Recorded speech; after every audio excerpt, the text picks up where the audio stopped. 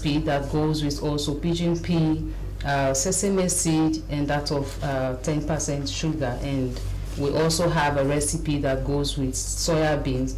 It's based on the acceptability of the child.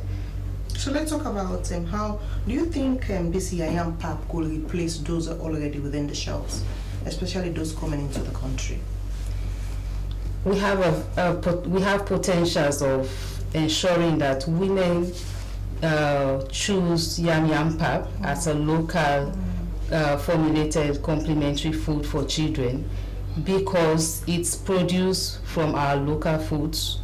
It's also has the nutritive value that we are looking out for in those imported complementary food. Yam pap, we just started fortifying it in 2024, and it's fortified with those vitamins and minerals that we have been adding to the Super Cereal Plus, the one we call CSB. So its value is being added, or it's being enhanced to ensure that we provide another option that is affordable for caregivers in Sierra Leone. So we have a great potential to change the mindset of our caregivers, to change the mindset of our population for an adequate complementary food for their kids. Okay, continue to be with us, Frances Oyma, nutritionist, World Food Program, giving us an insight into the recently launched Yam Pap in partnership with the Ministry of Health, Directorate of Food and Nutrition, and Joy Trumps. The program you're watching is The Podium. Let's move on to another issue that has to do with health, and we have in the studios Howard Thomas, Manager, Health Education, Ministry of Health, and Ministry of Health. Good afternoon, welcome to the program, Sir Thomas. Good afternoon, thank you. So as of Friday the 24th, the National Public Health Agency has confirmed 14 cases, but as we speak now, we have something like 16 cases. We also have one discharge, but to get an update on that, Mr. Thomas, in the form of update, where are we in the Mpox fight? Yes, that story has changed a little bit as of yesterday, 3 p.m. Yeah. We have a total of 16 cases. We had 2 new cases, one from the western area, urban, and another from Moyamba district. And we now have 4 recoveries and 4 people that are sufficiently recovered. All right. So, give us an insight. This, as of now, 16 cases. Does this have any link to the first case, sir?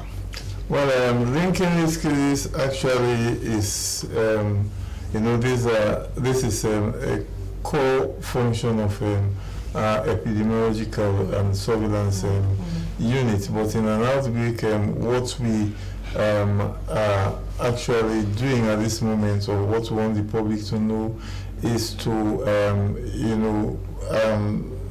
for you to know that we are putting all efforts to make sure that we interrupt the transmission of the virus right now, and we are doing all that we can, because the first and the second case were not linked in any way, because when we looked at the epidemiological linkage, there was no link between the first and the second case. We all know that Mpox has been circulating, in the sub-region for over 7 months, and so there's a possibility now of community transmission. So what we are doing right now is to make sure that we bring out all the cases or potential cases, and then we do all that we can to make sure we line list all the contacts and monitor them properly as we are doing, so that we would very soon put this behind us. Because if we say we don't want to hear the increase in cases, then it will be like a time bomb, because there are countries now, as I'm speaking to you, neighboring countries and other countries that are even getting like 40 cases a day. We don't want to be in that situation. So in the coming days and weeks, we want to make sure that every case in the country, where we should be able to bring out those cases and make sure that we do all we can to interrupt or the transmission. That is exactly, and we have seen, because I said it, I think last week, that very soon we'll be celebrating success stories, and we have seen from one discharge now we have gotten 4, and very soon, in fact, today's situation would not change in any way. As of yesterday, we are going to put out the updates by 3, but I'm very sure nothing has changed since yesterday. But in the coming weeks, we'll make sure that all patients that are under our watch, that we are managing, would actually come out without any case fatality. If this particular strain that we are dealing with, we have made sure that we do the genomic sequencing in some of these cases, and we found out that it's as a result of the clade 2B strain. Clade 1 is actually circulating in the Congo Basin and in some parts of that's the dangerous one? East Africa, and that one is actually very serious. The case fatality is high. But we are not even dealing with clade 2, but clade 2B, because there are mutations here and there of this virus as it spreads, all over the world. Any danger that you cannot link the first case to the various cases we are now actually recording? No, it's not necessarily that we actually link those cases, because in epidemiology, they can have this infection from different sources. Because we have common sources, we have propagated sources, we have a lot of things. So if one does not link to the other, it means that maybe they got the infection from some other sources. But as I'm saying now, we're having out of 16 districts, we're having 7 districts that are actually reporting cases. So we want to make sure that this does not go beyond these districts by doing all we can. That is why the minister had announced that this is a public health emergency, and according to our own protocols for international health regulations, just one case is an outbreak. So that is why we declare this as an outbreak, because these are diseases that we call epidemic-prone diseases. Diseases like Ebola, chikungunya, Rift Valley fever, Congo Crimean fever, and even Mpox. One case can go to 2, 3, 4, 5, arithmetically. But if nothing is done, it will go to geometric, progression, like 1, 3, 7, 9, and so forth, and it will be overwhelming. That is why we are doing all that we can to make sure that we take it serious. That is why it's a public health emergency and an outbreak at this point, so that we make sure that we do not leave any stone unturned to interrupt the virus. But what we need at this time is the cooperation of the public. Yeah, because that brings me, that is why I wanted to ask the level of denial, because what is also showing up, especially since the Minister of Health announced the first case and declaring public health, there is state of denial among members of the public. Yes, how dangerous is that? So what's the fight? Well, that is why we are doing what we call social listening. We are doing infodemic management. We have tools, social scientific tools to gauge perceptions of people, and that would also help us to even in design or redesign our messages or change our strategies. Because that happened during COVID, when the knowledge was very high as 95, 96, 98%, but the risk perception was low. people would think that this thing might not affect them because they are strong, they are Africans, or it's non-existent at all. And if we have that mindset, then we would be predisposing ourselves and other people to this infection, because if you don't believe that it's existent, then you would not take the precautionary measures that we are putting out to the public. So if we have that cooperation from the public, I'm very, very sure within record time we'll be able to put this behind us. Because Sierra Leone, you know, when other countries were recording cases 7 months, 8 months ago, we hadn't any case, but we are fighting, you know, by then to make sure that we do not have entry of this virus into the country. But because of the nature of the virus, and also because of the geographical spread, because it's all over. And for Mpox, when you have Mpox, as long as you do not exhibit any clinical features, I mean signs and symptoms, you cannot transmit it, and nobody would actually detect that you have Mpox until the time that you have the first sign and symptoms, especially for the pustules or the rash. So you can move to other areas without knowing that you have it. But it is not like the authorities will not be doing their job. For instance, any one of us can move to another country and will be cleared by health authorities because we are not showing signs. Even if they test us, we would not show any positive sign. So, but if maybe 5 or 10 days later anyone shows signs, we would not blame the authorities, because the IHR, the International Health Regulations, is against us restricting people's movement, because trade and travel is very, very much important, and diseases also travel at the speed of a jetliner, meaning the same speed that a plane travels, it is the same speed that diseases travel. For instance, you might be in Sierra Leone this morning, you take your breakfast.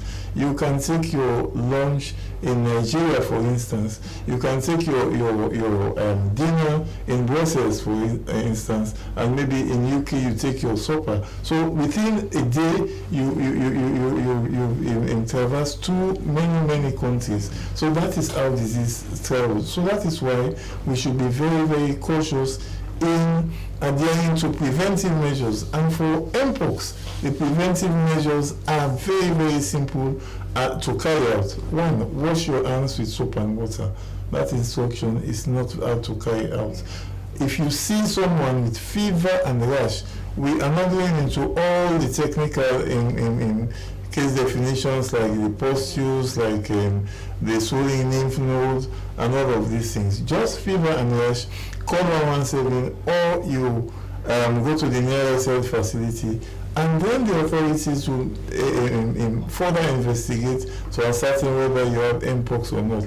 These are simple instructions to carry out. And then we are saying also, this disease is a disease of contact, meaning if you are close to someone who has shown signs and symptoms, then you can easily contact the disease from that person, through maybe sharing the same beddings with that person, same clothes, or being in close, intimate relationship, including sexual relationship and other things. So it's easy for you to prevent it, because you will see whether that person has signs and symptoms, and when that person has the signs and symptoms, you will be able to alert authorities. So these are simple instructions.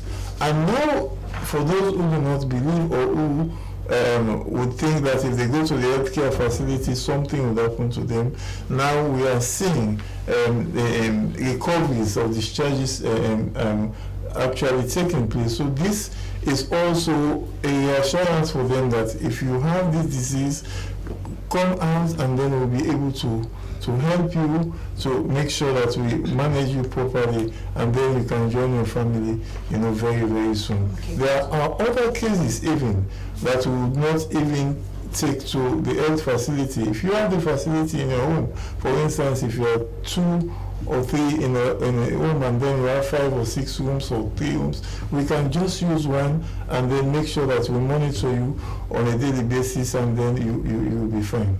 Okay, continue to be with us. Harold Thomas, Program Manager, Health Education, Ministry of Health. The program you're watching is the podium. Let's move on to another issue this afternoon. The National Monitoring Evaluation Agency has completed its first assessment of the ESSP so far and came out with intriguing findings. The education sector supports stands as one of the most groundbreaking development towards education in recent times. The $68 million project is meant to revamp 298 major educational infrastructure, especially in rural areas. For more on that, I have in the studios Engineer Horatio Max Gobi, who is the Director of Infrastructure at NAMIA. Good afternoon, welcome to the program, Engineer. Good afternoon, viewers and listeners. All right, to give us an idea why the agency decided to zoom into this particular project. The Education Sector Support Project started sometime in 2023. That's just over a year ago, or approaching 2 years. But the National Monitoring and Evaluation Agency, we are mandated by an Act of Parliament to monitor all government and donor-funded projects, programs, and policies. So as a third party, because all projects have their project monitoring entities, they have their project management entities. For instance, they have a PIU, and they have the Project Fiduciary Management Unit, the PFM, seated at the Ministry of Finance. So as a third party, NAMIA comes in to present an outsider's point of view, looking at the project from outside in. So let me just go through some numbers, what we found out. The project is a support to the government of Sierra Leone by 3 donors. And it is targeting 2 MDAs, that is the Ministry of Tertiary and Higher Education, and then the Ministry of Basic and Senior Secondary Education, MBSSE. It has 8 beneficiary institutions, 2 in the tertiary sector, that is the Miltimagai Technical University, and then another is the Eastern Technical University, specifically the Bunbu campus. Miltimagai Technical University has 3 campuses: the Congo Cross campus, the Brookfields campus, and the Godrich campus.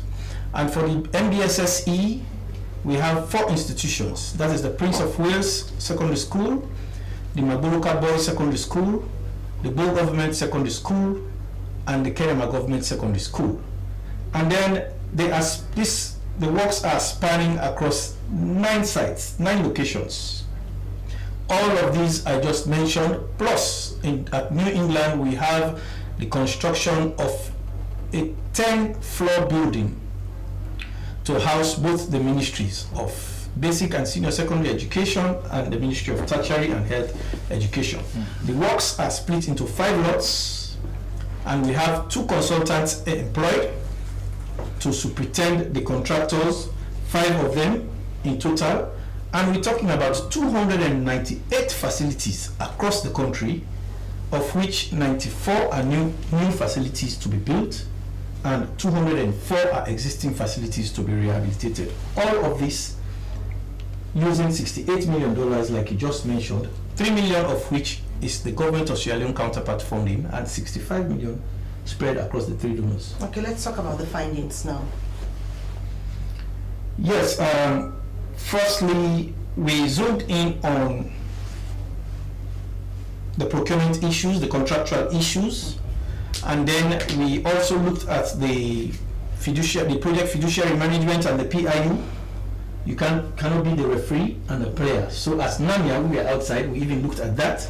We also looked at the consultants, their performance, and of course the output of the contractors. Mainly we zoomed in on their works, the quality of the works, their timelines and all, and their construction management. And then we also looked at the beneficiary look to this project, their perception and how they see the developments. And then we zoomed in on related findings, the little things, the structural integrity, the timelines, and things like that. So these were basically the things we looked at, and across the board, I can give this project a pass because right now across the country, all of these sites I just mentioned are works yard. If you go to Miltimagai Godrich, you can see a whole lot of work going on, and it will interest you to know that the contractors are spread. We have some international contractors, even though locals are embedded, and we have local contractors doing this. So jobs are being created right across the country. It is very encouraging and pleasing to see. All right, so so far with those already monitored, what are some of your impressions so far?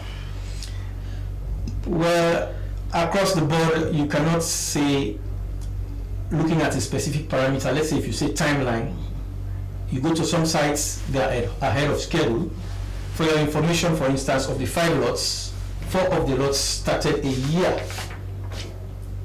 July 2023, 4 of the lots started. But because of other issues, procurement, administrative bureaucracies and all, lot 2, which includes Bow Government Secondary School and Kenema Secondary School, started late last year, sometime in October.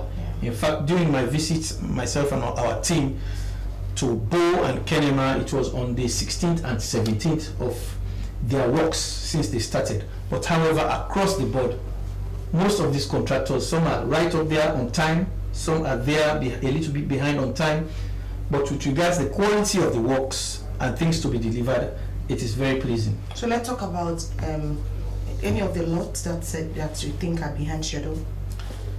Well, like I just mentioned, lots 2 are just starting, but from my feedback I get even after our monitoring visit, works are gaining momentum.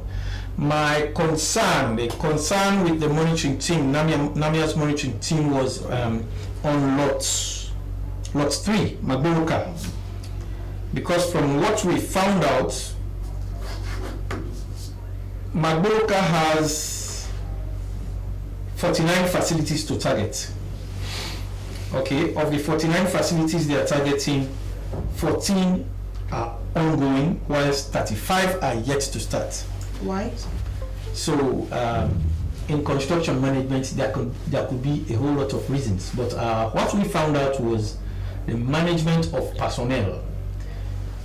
I found out from the Magboroka site that some personnel were recruited earlier on and they left, either because they are around the community, or I don't know if it's because of the remuneration or motivation, or they have other things to do.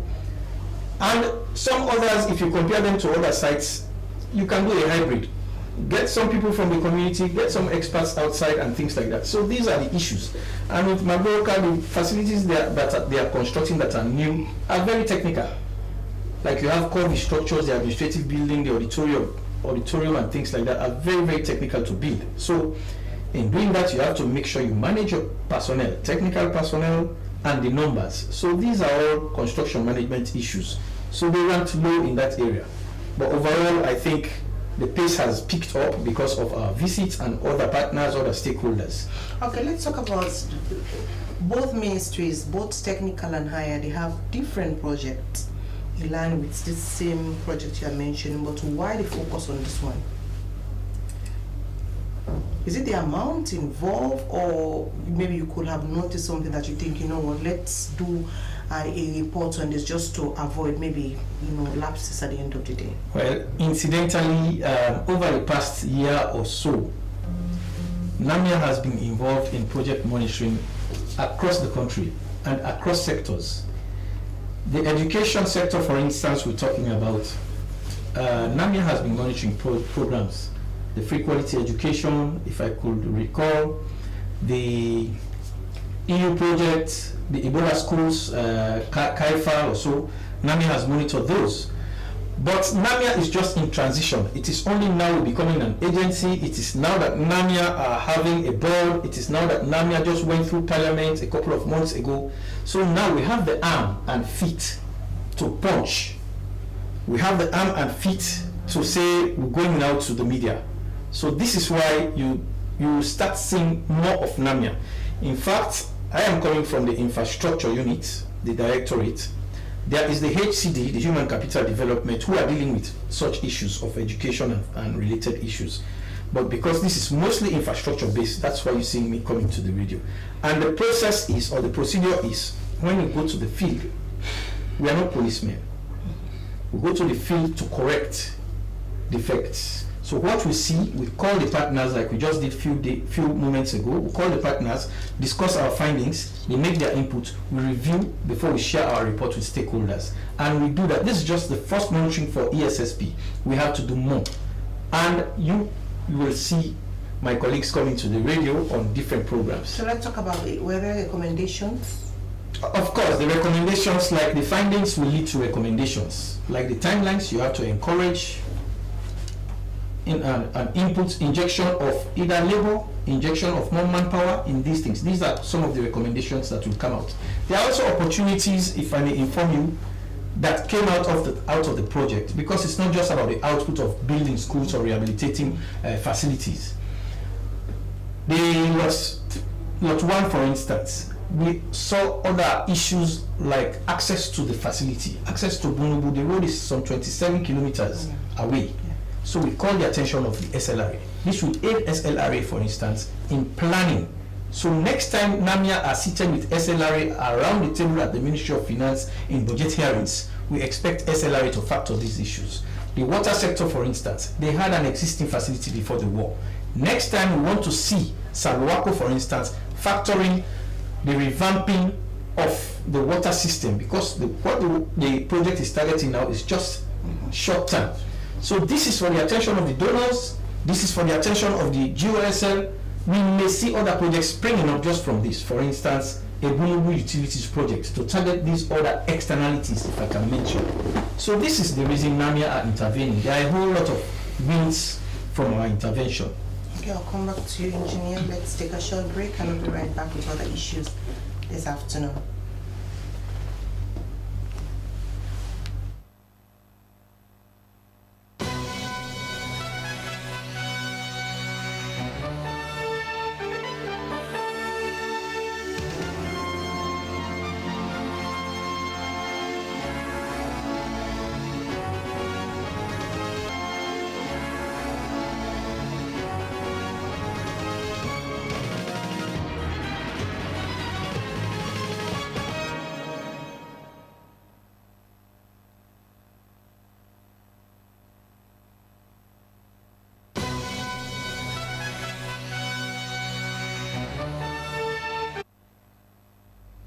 You're still watching the podium live on the SLBC. You can be part of our conversation this afternoon. Saying the text to 0300737119. Let's move on. Still with education, the Ministry of Basic and Senior Secondary and the Ministry of Technical and Higher Education have concluded the 2025 Education Week in Bombali. For more that I have Augustine Bami Anthony, Communications Manager, Ministry of Basic Education. Good afternoon, Bami. Welcome to the program. Yeah, good afternoon, and good afternoon, viewers. I know the focus was on AI, and education, providing human agents in the world of automation. We are the issues discussed, including maybe presentations, the exhibition tied to this, theme achieved during this 1 week of deliberations in McKinney. Yeah, thank you. A whole lot of things were discussed, including presentations, as you rightly put it. We are moving education week, region by region, rotational, because we want to let people embrace education at the local level. When we went to McKinney, we saw the kind of way the local authorities embraced and received the ministry officials from headquarters, especially the regent chief, the regent paramount chief there, the resident minister who was almost everywhere with us, the mayor, of course the DVCs of Anesby Krumah University and University of McKinney. We are so active in supporting the move of the celebration of Education Week. Of course, we saw pupils and parents coming around. Of course, the staff of both ministries are so very active to ensure that the week was what we went for. So there we were able to have a lot of discussions and presentations from our partners. WAEC also did a very good presentation, the Teaching Service Commission. Under the MTHE, some of us learned clearly that MTHE is divided into two directorates, and there is one that is called TVET, and the other is purely for the mainstream. And the TVET were able to give us quite a lot of information on the alternative pathways to education, not just the formal way, and they have, how far they've gone to ensuring that the structure is also put in place. We had presentations from polytechnics, colleges and universities. What interested me so much was the innovations from Eastern Polytechnic. We saw an alternative vehicle that does not use fuel, that uses an AI app. So you could see the Deputy Minister too of Basic and Senior Secondary Education riding the vehicle on the field, and a lot of other displays from Unimac building apps around the use of AI. So yes, there are quite a lot of presentations, but also we also had the opportunity to listen to the two ministers speak to AI. You know, the Minister of Technical Education and the Minister of Basic and Senior Secondary Education. In their statement, I will borrow, the Minister of Technical Education was clearly stating how the universities, the teacher training institutions, have embraced the use of AI, using AI as a tool for monitoring, using AI as a tool as a way of grading students, as a way of developing the teaching plans, and of course working towards modernization. She was very careful in her presentations to say that we need to use AI as a tool and not being used to replace the human part of it. You know, because naturally it is the humans that feed AI. AI is not the one that feed the humans. So we have to ensure that that creativity, ingenuity, there has to be that deliberate originality of what you do as a student, and not entirely relying on the use of AI, because there are that actually has to be the case now. Yes. Some people. So that came up when they had a panel discussion of representatives from a representative from UNESCO, a representative from the Technical Higher Education, and the Minister of Basic and Senior Secondary Education. There was a pupil, physically challenged pupil, who was able to outline how AI has enhanced their learning, especially that they have to be running helter-skelter before now, looking out for materials to learn.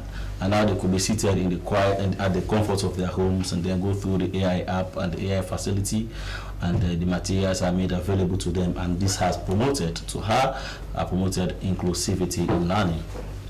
So the aspect of seizure of results, WAEC had to also raise some concern that the reason they have been withholding results 20,000-30,000 per year, especially for WASC, is the high use of AI, and that is what they call it social collusion, where the same answers for keys in Freetown will be the same answers for keys in Moyamba, and that will be for Kenema, Kailan, and the same. So like 20,000-30,000 of the keys will write the same thing, the same mistakes and everything, and realize that it's because they relied on AI, so they forgot the ingenious part of learning, where you have to be able to be original, or you have to create, you have to think.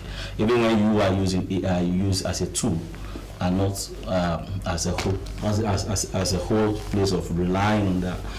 We also were able to get quite a lot of number of things that have been done with the use of automation from the Minister of Basic and Senior Secondary Education. He mentioned, of course, we all know the effective use of the result checker, and there were questions around the sustainability of the result checker, and that was cleared by the WAEC representative. The learning passport that has now enabled pupils to now go through the internet and be able to lay hands on past papers and have some pre-tests.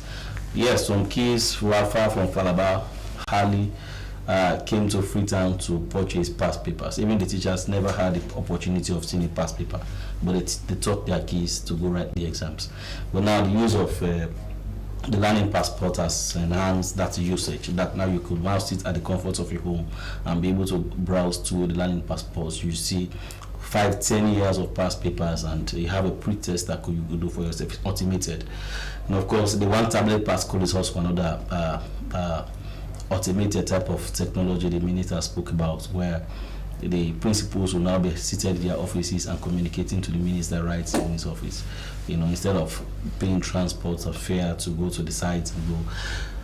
One interesting thing he brought up, and that the ministry is working on, is a national digital strategy, because we need to have a strategy towards using AI, else there will be disaster. But there are 4 key components in the strategy that is under construction. One is connectivity. How do we ensure that our schools are connected? How do we provide connectivity? Because when you go to our schools, hardly you see internet facility. So he spoke of the Giga projects that is committed to providing over 500 schools with internet facility. And of course, Starlink that has the commitment to support over 13,000 schools with internet and connectivity. And of course, content also was discussed, because most of, if not all, the materials or the content in AI, we all know it's data. Somebody fed something in it. They are more of European in nature. So he spoke about the idea of seeing how we could have our own app to develop our own content, Sierra Leone type content into it, so it could be friendly in terms of usage. He also spoke about capacity, but capacity he expanded in 2 ways. One, to the teachers, because you could agree with me that there are a lot of teachers who do not know how to use AI, where even basic other mobile services, the WhatsApp, the Facebook. So that means that the teachers themselves need to be first educated, or to be capacitated in that area. So he said the very reason they have introduced through the Teaching Service Commission the licensure type of thing, where the teachers are tested by the use of ICT, to ensure that the teachers, before they are licensed, they go through the ICT trainings. And finally, he spoke of the availability of hardware, because if you want to talk about AI, you have to have the hardware. It could be the computers, it could be the phones, the tablets. The kids have to have access to it. For nations that have embraced AI family, we could see on internet and even on visitations that they have the labs in the various schools. So he spoke largely on how they could have computer labs established in, if not all, but majority of our schools across Sierra Leone. So discussions around that was a very important aspect of the education week. Discussions were tailored around the use of AI and how we could really ensure that going forward we increase our steps in the use of AI. As I told you, how practical were these discussions? Because again, this was the first education week been organized. How practical at this time around with those discussions? Because again, next year again you're going to a different district with the same discussions. So how practical are they to address some of these issues, especially in line with the theme? So first of all, naturally, the theme itself, AI and education, preserving the human agency in the world of automation, was not selected by Sierra Leone. It is an international theme, because we all know that on the 24th of January, the United Nations declared to be the day of international celebrating the day of education internationally. That is mainly because of its crucial role in promoting peace and development. So that was the theme for the year at the international level.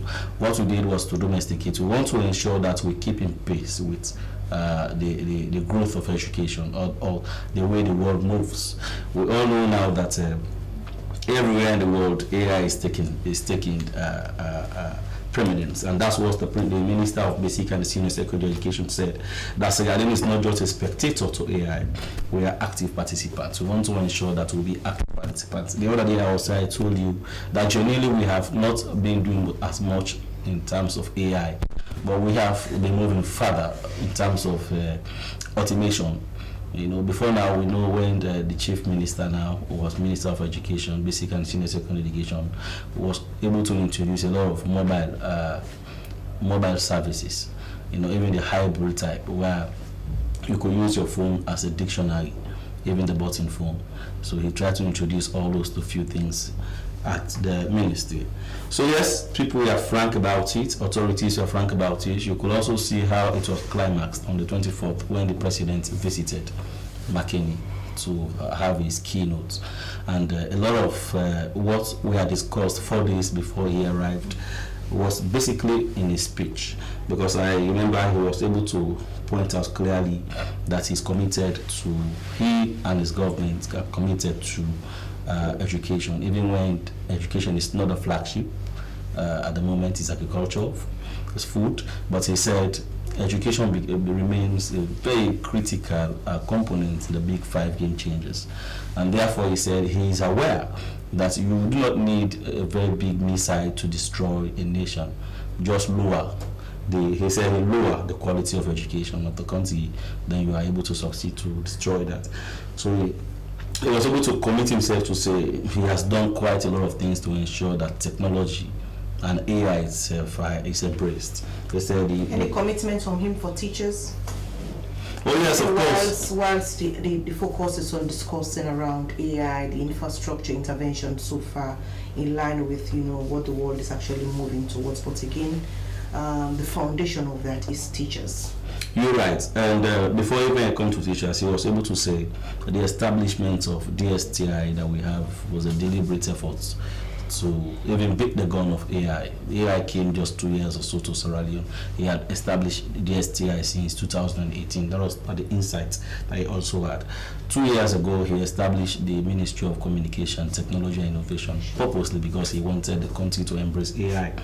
And he said the expansion of the digital space he has created in Sierra Leone are all pointers to the fact that he's ready to continue to support education and AI in the country, and we must ensure that AI does not replace the human endeavor, but must be used as catalyst for innovation, efficiency, and inclusive education. Those were his key words when he was delivering his keynote at the ST. Yes, I want to say the teachers remain integral in ensuring that higher education in Sierra Leone is then passed on from generation to generation. All right, so let's talk about the follow-ups on some of the critical issues discussed during the 5 days. Yeah, critical issues. A lot of challenges were presented by various sector heads during the meeting. Yeah, so one of the things that we learned, we said here, I said here the other day before we went, that we are going to discuss our accomplishments, but also willing to embrace our challenges. Yeah.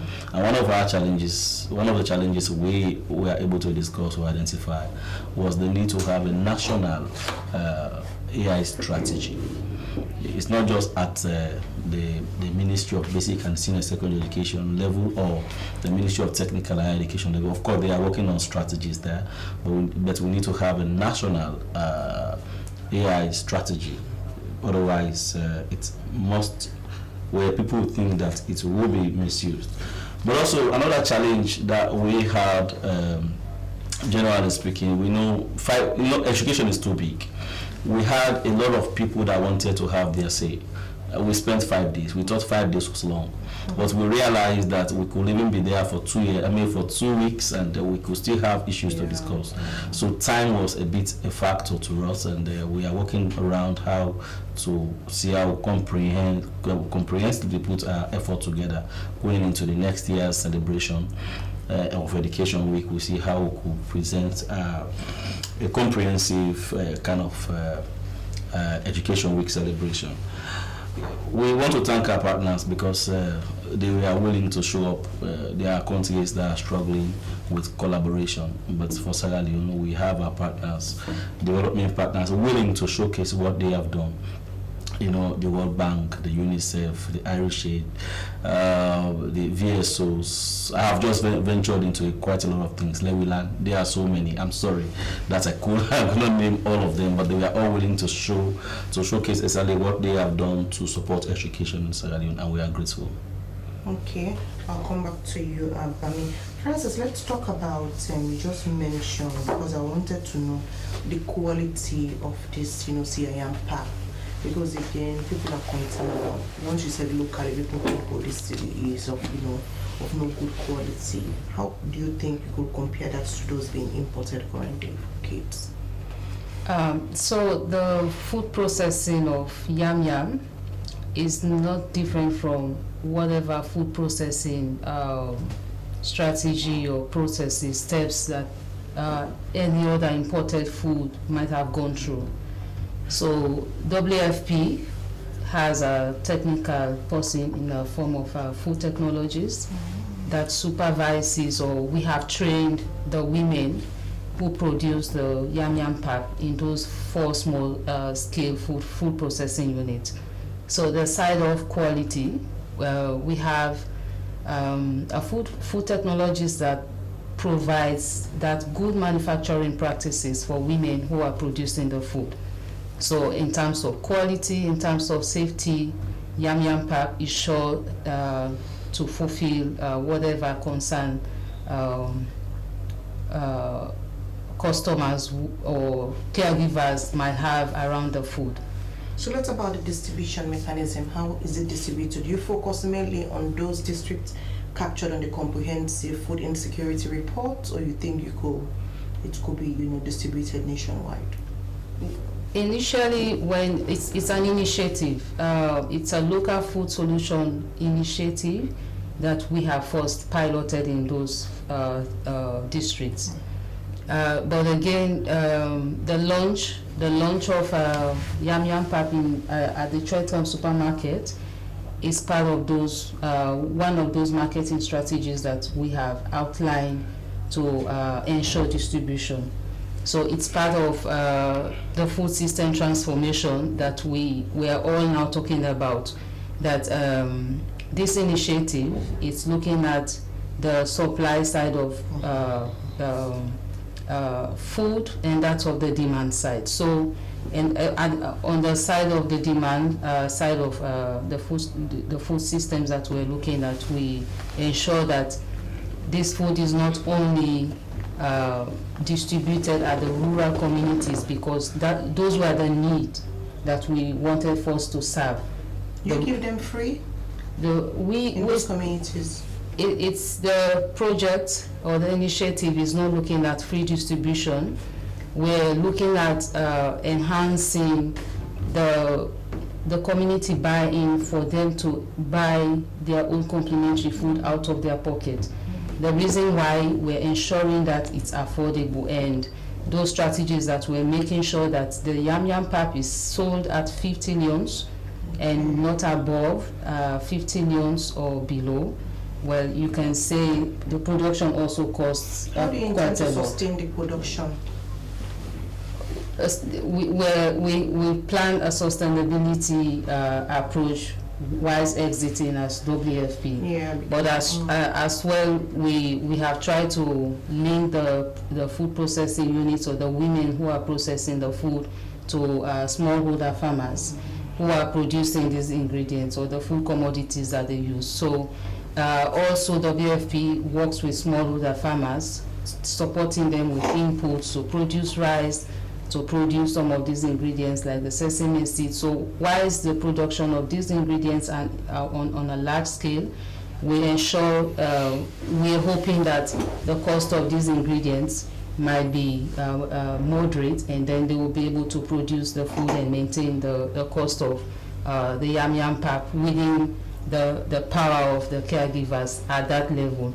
But also the distribution you were asking about, the purpose was for the rural communities, but we're also ensuring that women who are producing can continue producing, and so we're creating market for them. So the reason why we also want to work with Freetown at the start, because that's a partnership WFP also is working around with to continue supporting the initiative. So at the first, that's a partnership we have created to ensure Yam Yam Pap is sold at the rural setting, the urban settings, and make sure the sales are up and running, and they can also recover their cost of production.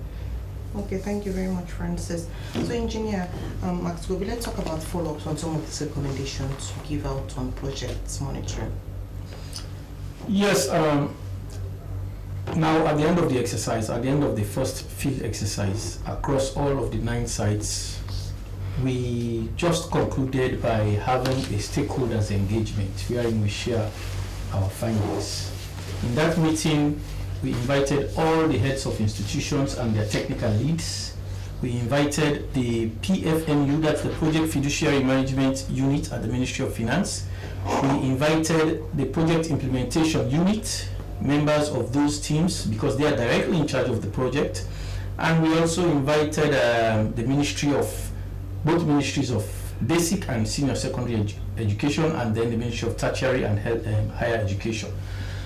The members of the civil society, like yourselves, we are also present, the media, and when we discuss all of these findings, engage the media like we're doing now, we have to put together a report and share with our stakeholders.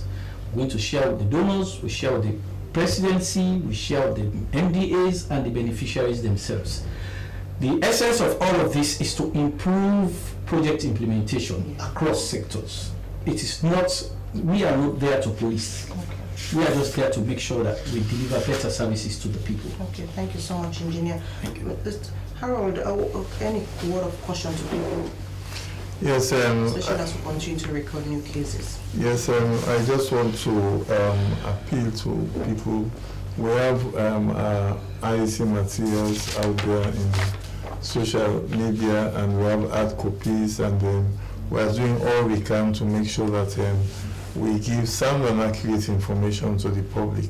And I want to assure people that this outbreak and Mpox is actually here, so that they should also make sure that they adhere to these preventive measures that we are telling them to do. Because although we do not have it in all the districts now, but a threat anywhere is a threat everywhere, and until everyone is safe, no one is considered to be safe. Okay, thank you so much for that question from Harold Thomas. We round things up on the podium this afternoon. Just a reminder of our quote of the day, which comes from award-winning author Colleen McLaren.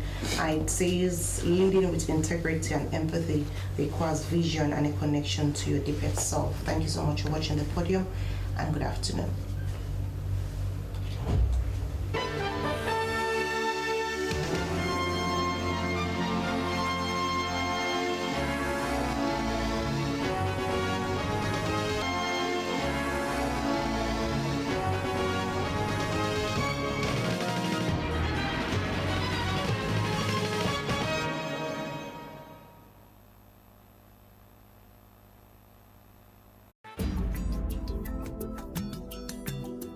Where use? You get use? Yes, I get use. This is the program where they give you the use where they happen all about the country. Inside where use, we go take you text, Facebook and WhatsApp message. You complain where you go send as letter to the producer. We dey announce but team them working loss and plenty more. We are there all about the country. But you self help for being the use that you area. Where use? The original program where they give you updates. Where use? You get use? Yes, I get use.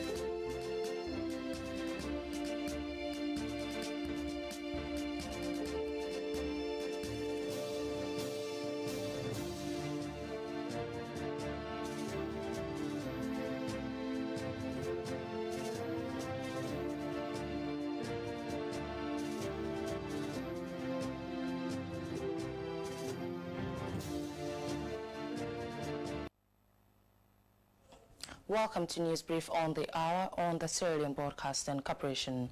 I am Stella Bangura. Fire has engulfed several stores at Lemley Regents Road in Freetown. The blaze destroyed countless businesses and millions of properties before the arrival of fire force. The cause of the fire is yet unknown, while the police have mounted an investigation, and according to eyewitnesses, there were no reports of deaths. We shall bring you detailed reports in our next newscast. President Julius Maada Bio has handed over a $3.7 million symbolic check to the Marampa and Mafoki chiefdoms. The payment, equivalent to 83,700,000 leones, represents the 1% Community Development Fund from Marampa Mines Limited for the 2023 and 2024 fiscal years. The event also saw the commissioning of Marampa Mines Limited's expanded production capacity of 3.75 million tons of high-grade iron ore annually. This milestone signals Sierra Leone's readiness to attract and sustain investments. President Bio expressed gratitude to Marampa Mines Limited for their significant investment in Sierra Leone. He commended their expansion efforts and the payment of the Community Development Fund, CDA, calling it a win for local communities. The president also emphasized the importance of corporate social responsibility. He highlighted how skills training through CDA-funded programs equips young people with vital competencies to thrive in the job market. Chief Financial Officer of JL Metals, Madam Patricia Nikolopoulos, spoke on behalf of the company's CEO, Craig Dean. She thanked President Bio for fostering an investor-friendly environment despite global economic challenges. The president and his team toured the new facilities, including a gyrating crusher, a sag mill, and an expanded power plant. The upgrades are designed to enhance production and efficiency, aligning with the company's promises to Sierra Leone and its host communities. And finally, for the news brief, the General Secretary, Sierra Leone Domestic Workers Union, Chelsea Almahiro, has said that organizing and collective bargaining for women workers in Sierra Leone resonated with the aim of the union to create indecent work in workplaces, stressing the need for the government to ratify the International Labour Organization's Convention 190. She was speaking at the closing of a two-day collective bargaining training for women workers organized by the Sierra Leone Domestic Workers Union in collaboration with Solidarity Center. The session, which brought together women in the informal sector, centered on dignity in the workplace, minimum wage review, sexual gender-based violence, and safer working environments. Participants were also schooled on their roles in the domestication of the International Labour Organization's Convention 190, an international treaty adopted in June 2019 with the aim to eliminate violence and harassment in the workplace. According to the General Secretary, Sierra Leone Domestic Workers Union, Chelsea Almahiro, the theme of the training was in line with the mandate of the union to create decent work in the workplace. She added that if the ILO's Convention 190 is ratified and domesticated, it will provide spaces for women informal workers to enjoy their rights and help them to provide better services. And that's the end of News Brief on the Hour. I am Stella Bangura. Goodbye.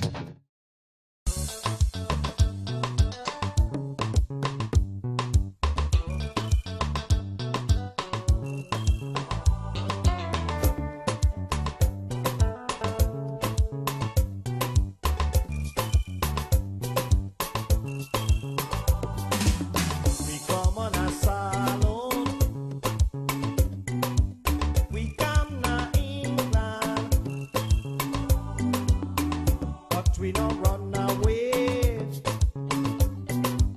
We come for better. We people they want for see what we they do. We people they want for know what we they say. Oh, we let we swallow.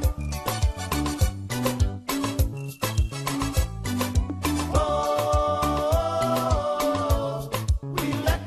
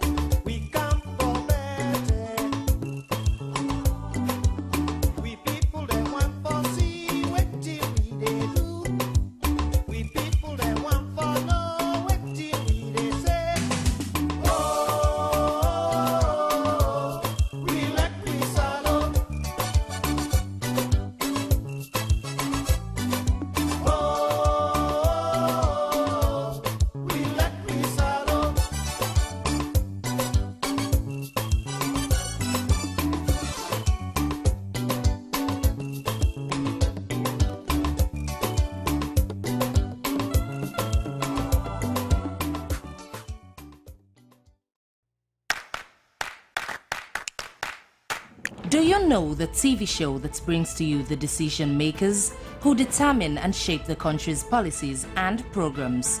Bottom Line is the show to watch. Well, join Asmi Uba as it brings to the table movers and shakers of society and policymakers whose decisions have direct impact on your lives. Bottom Line comes up every Thursday at 7 p.m. on SLBC TV, Channel 31, with Asmi Uba. Bottom Line on SLBC TV, the program you can't afford to miss on SLBC TV, Channel 31. Join me now. The show that touches every aspect of society as we leave no stone unturned. It's Bottom Line, only on SLBC TV.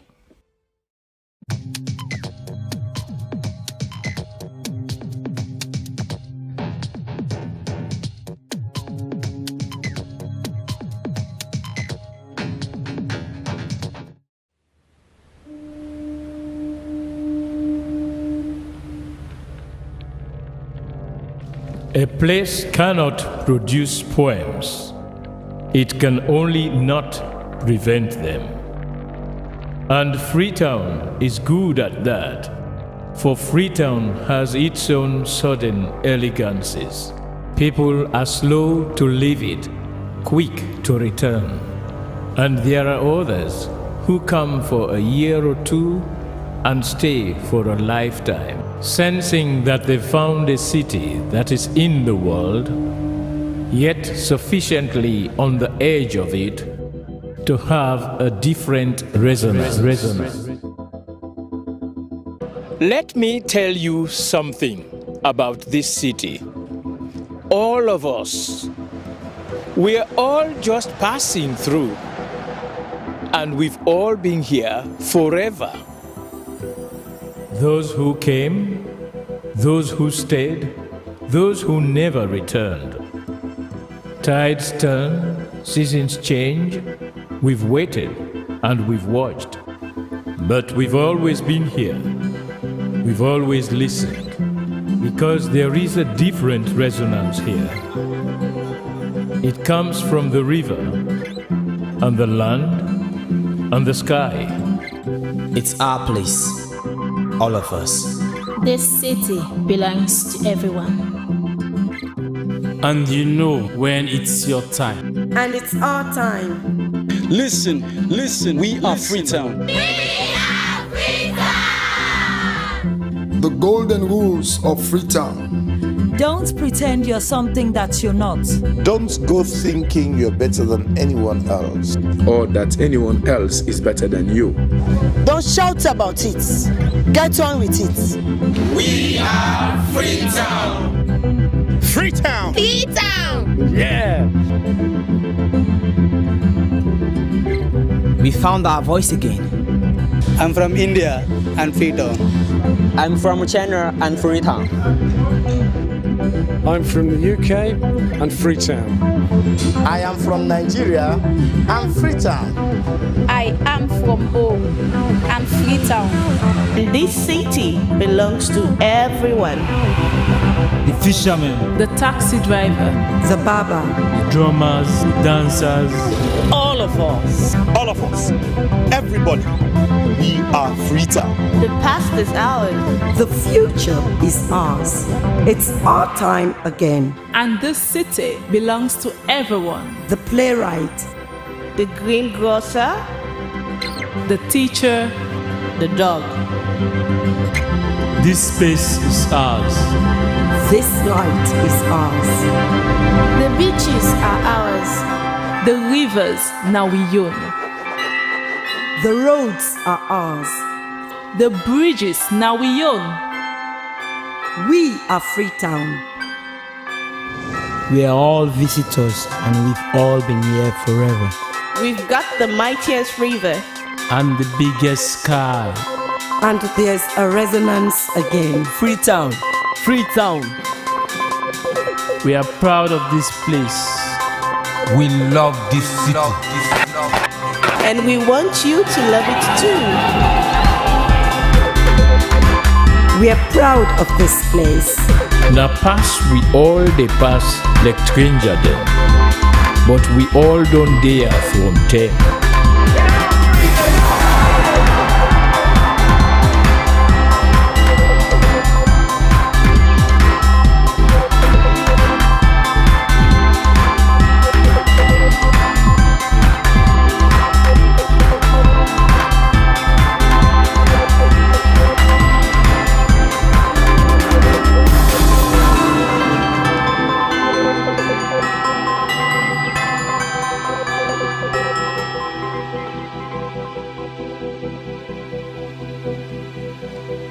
Come here, and you'll feel it, that end of the line sense of freedom. Say yes to Freetown. Say yes to freedom.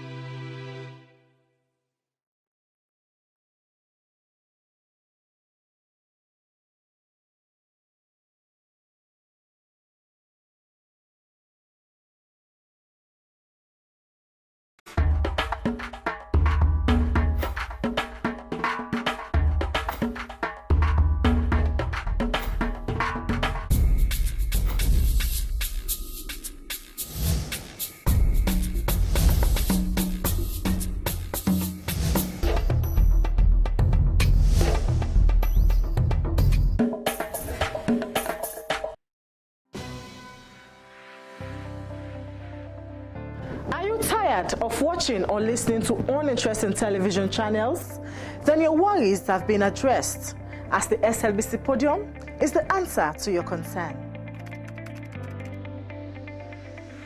The SLBC television show, The Podium, is one of the programs you can't afford to miss as a guest or a viewer. Oh yes, Podium is the show where the mighty and the low will like to sit, because it is a trusted medium to channel your views, concerns, and aspirations for Sierra Leone and other happenings around the globe. Podium is where you get breaking news, because everyone wants to talk to us. If you hear it on Podium, ask no further. Don't forget to join us every midday from Monday to Friday as we ask the hard questions that you otherwise will have asked to the newsmakers, the movers and shakers of events. Don't miss the opportunity to be part of Sierra Leone's topmost midday show, The Podium, where the agenda is set for others to follow. Thanks for watching. God bless you. Goodbye.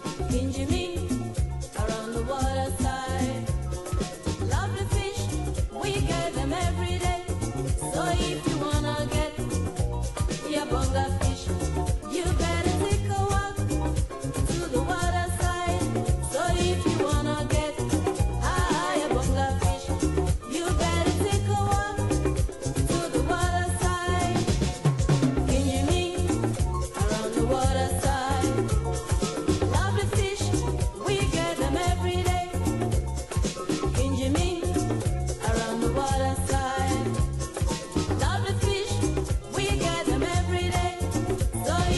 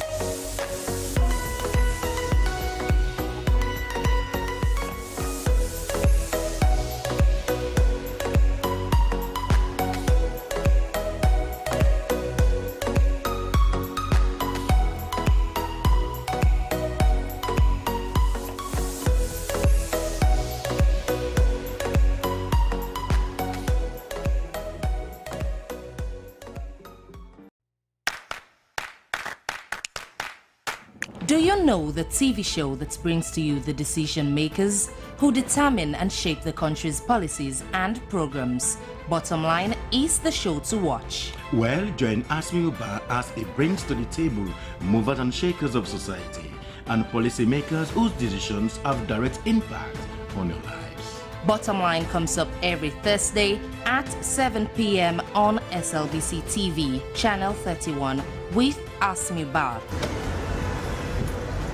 Bottom Line on Slbc TV, a program you can't afford to miss on Slbc TV, Channel 31. Join me now. The show that touches every aspect of society as we leave no stone unturned. It's Bottom Line, only on Slbc TV.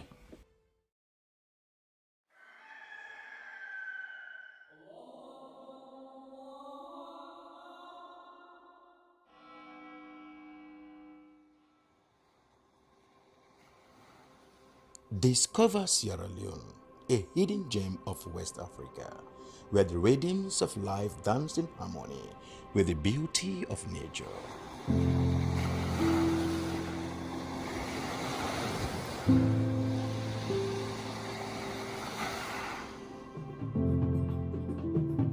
Feel the heartbeat of our culture in every beat of the drum, in every step of the dance.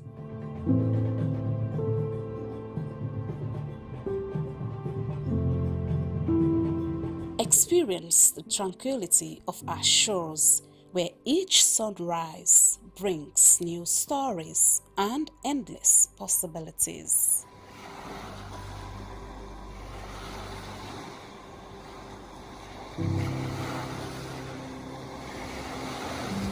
Immerse yourself in the vibrant tapestry of our daily life, where every color tells a tale and every face a friend.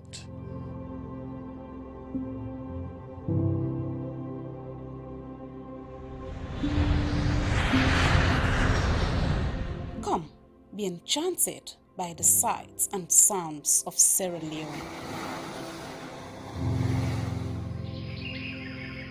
A place where your adventure awaits. And memories are made.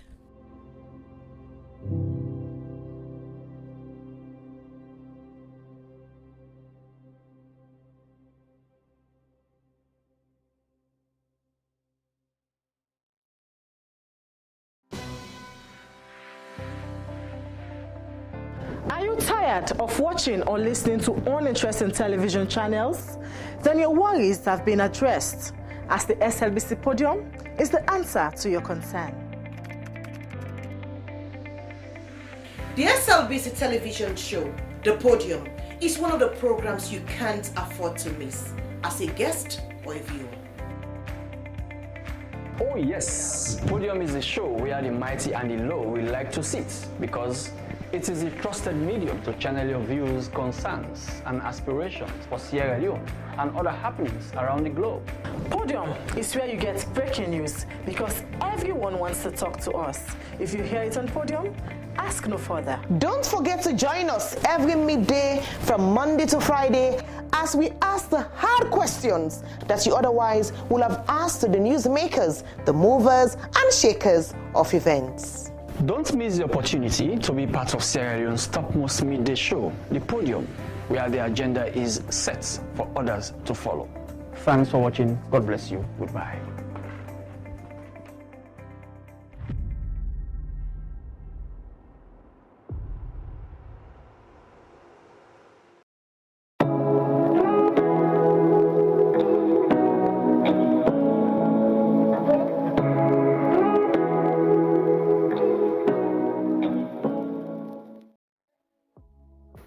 Life no go ever sweet without that thing what we call love. Now that make Love Factor na a very good program where any big person can look and enjoy. Now the kind program where you for spend time for watch. Now the kind program where you for spend time for sit down for look. And this program it me I don't learn for my and I wonder you say for life. The Love Factor show is about family, love, counseling. Relationship. We say we dey build and maintain relationship.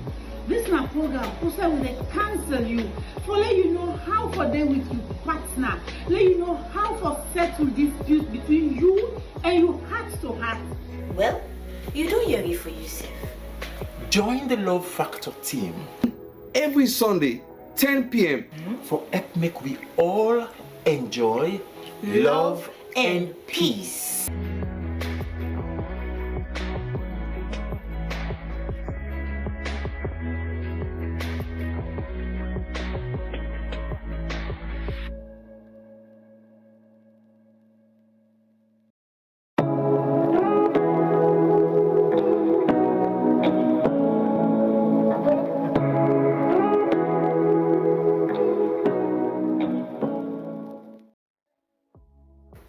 Life no go ever sweet without that thing what we call love.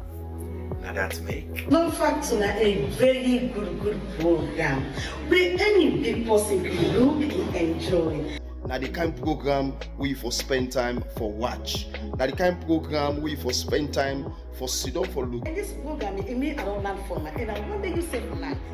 The Love Factor show na about family, love, counseling. Relationship. We say we dey build and maintain relationship.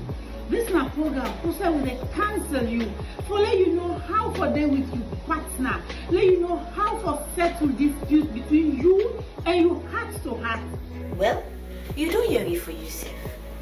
Join the Love Factor team every Sunday, 10 p.m.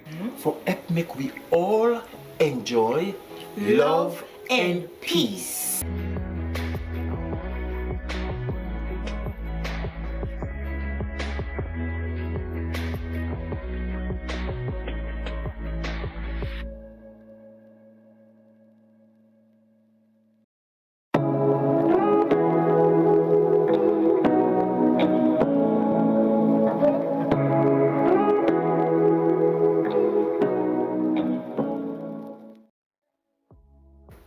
Life no go ever sweet without that thing what we call love. Now that make Love Factor na a very good program where any big person can look and enjoy. Now the kind program we for spend time for watch. Now the kind program we for spend time for sit down for look. And this program it mean I don't learn from it, and I wonder you say for life. The Love Factor show na about family, love, counseling. Relationship. We say we dey build and maintain relationship.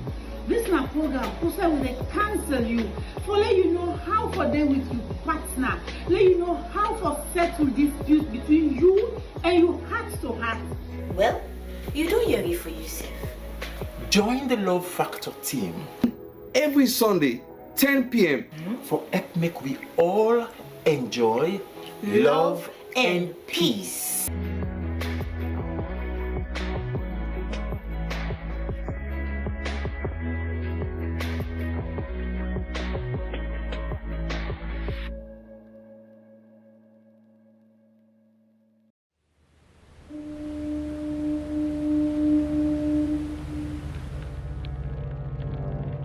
A place cannot produce poems. It can only not prevent them.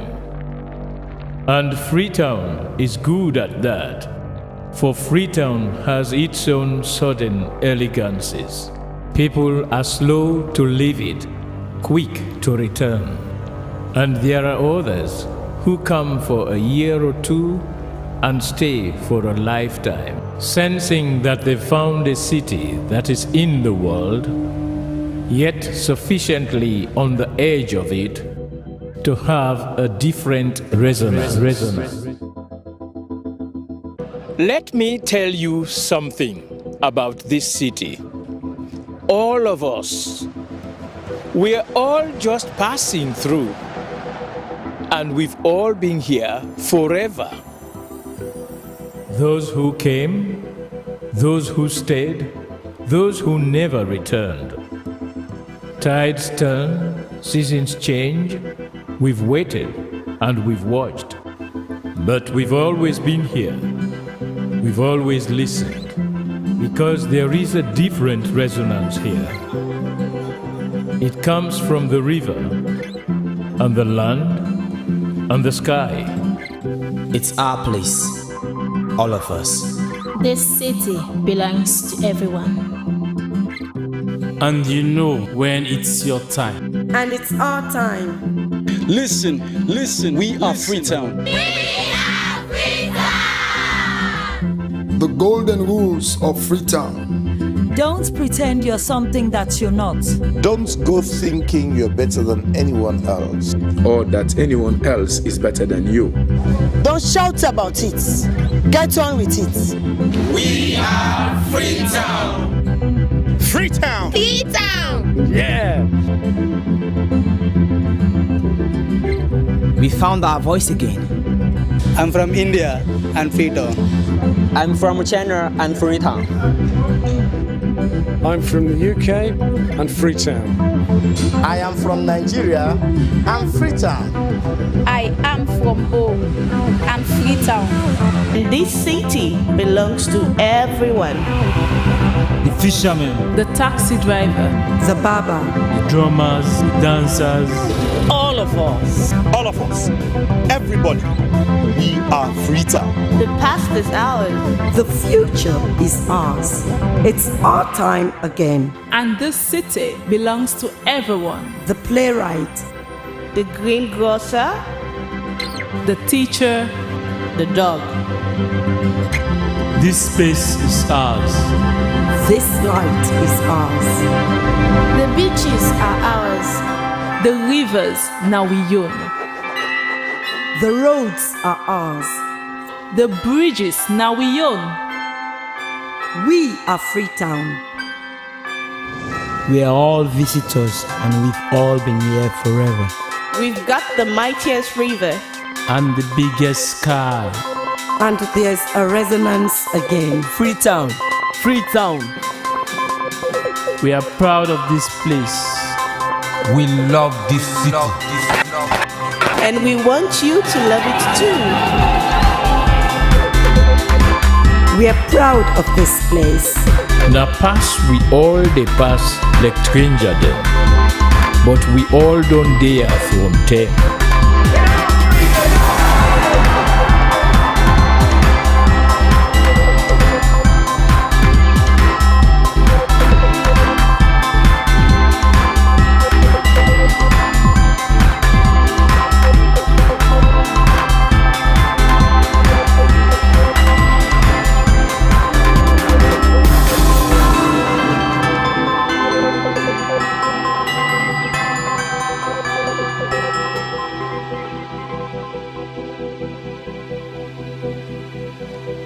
Come here and you'll feel it, that end of the line sense of freedom. Say yes to Freetown. Say yes to freedom.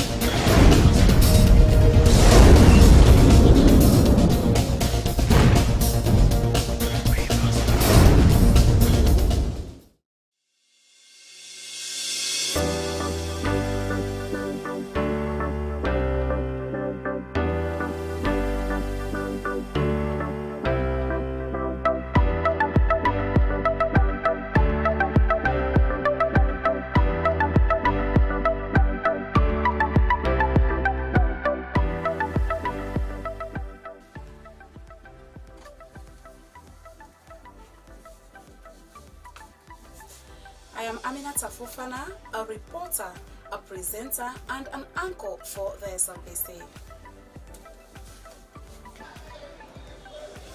I am Dennis Fraser, reporter and presenter here at the Public Broadcaster, and this is the SLBC. Hi, I am Cynthia Kamara, a news anchor, a reporter, radio presenter, and announcer. I find pleasure in keeping you updated, and it's a pleasure. Hello everyone, I am Stella Frederica Bangura, a reporter and presenter at the Sierra Leone Broadcasting Corporation. Stay tuned all day, every day. Cheers. Do you know the TV show that brings to you the decision makers who determine and shape the country's policies and programs? Bottom Line is the show to watch. Well, join Asmi Uba as it brings to the table movers and shakers of society and policymakers whose decisions have direct impact on your lives. Bottom Line comes up every Thursday at 7 p.m. on Slbc TV, channel 31 with Asmi Uba. Bottom Line on Slbc TV, the program you can't afford to miss on Slbc TV, channel 31. Join me now. The show that touches every aspect of society as we leave no stone unturned. It's Bottom Line, only on Slbc TV.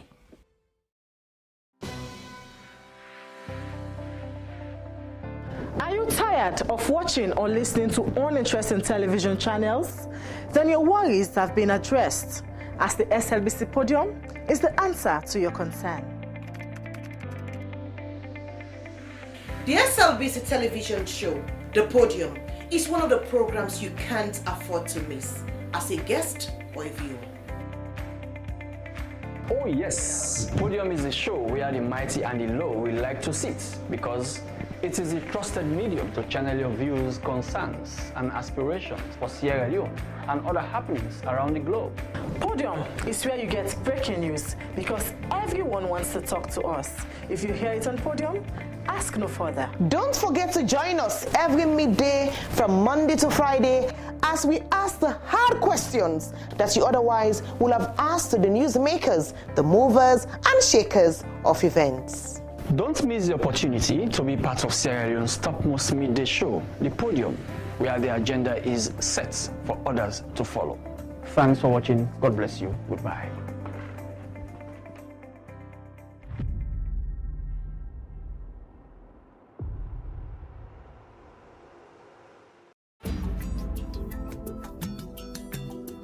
Where use? You get use? Yes, I get use. This is the program where they give you the use where they happen all about the country. Inside where use, we go take you text, Facebook and WhatsApp message. You complain where you will send as letter to the producer. We they announce about things them working loss and plenty more. We are there all about the country. But you self help for bring the use to your area. Where use? The original program where they give you updates. Where use? You get use? Yes, I got use.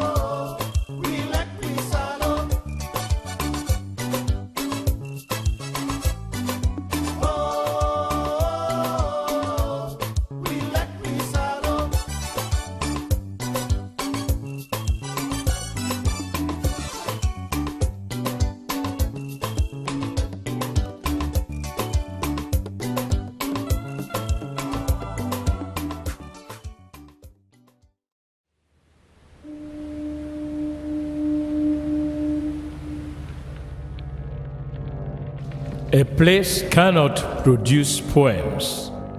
It can only not prevent them. And Freetown is good at that, for Freetown has its own sudden elegances. People are slow to leave it, quick to return.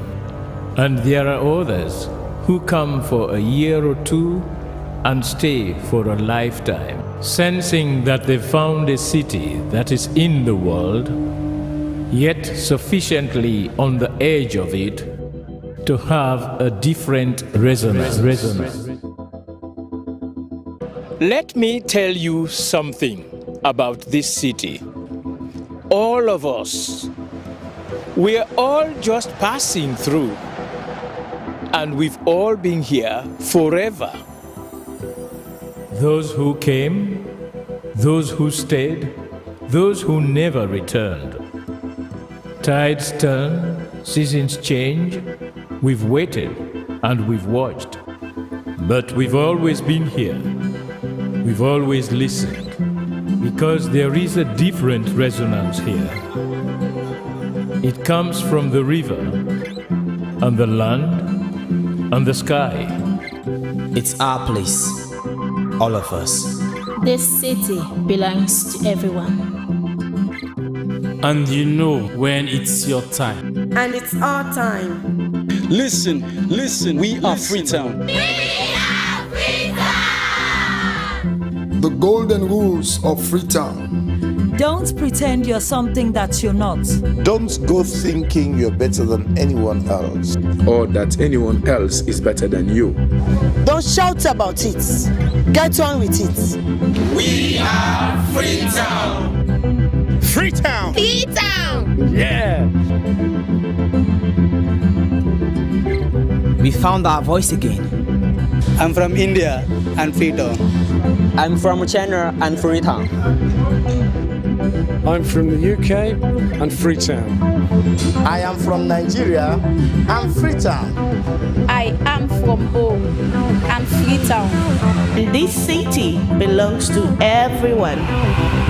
The fishermen, the taxi driver, the barber, the drummers, the dancers. All of us. All of us. Everybody. We are Freetown. The past is ours. The future is ours. It's our time again. And this city belongs to everyone. The playwright, the greengrocer, the teacher, the dog. This space is ours. This light is ours. The beaches are ours. The rivers now we own. The roads are ours. The bridges now we own. We are Freetown. We are all visitors and we've all been here forever. We've got the mightiest river. And the biggest sky. And there's a resonance again. Freetown. Freetown. We are proud of this place. We love this city. And we want you to love it too. We are proud of this place. Na pass we all dey pass like stranger dem, but we all don dey here from them.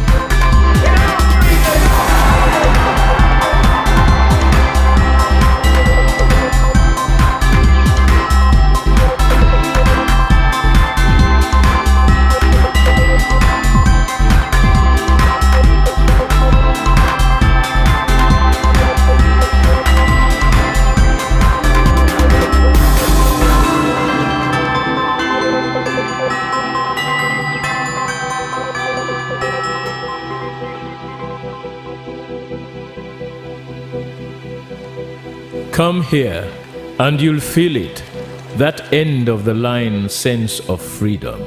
Say yes to Freetown. Say yes to freedom.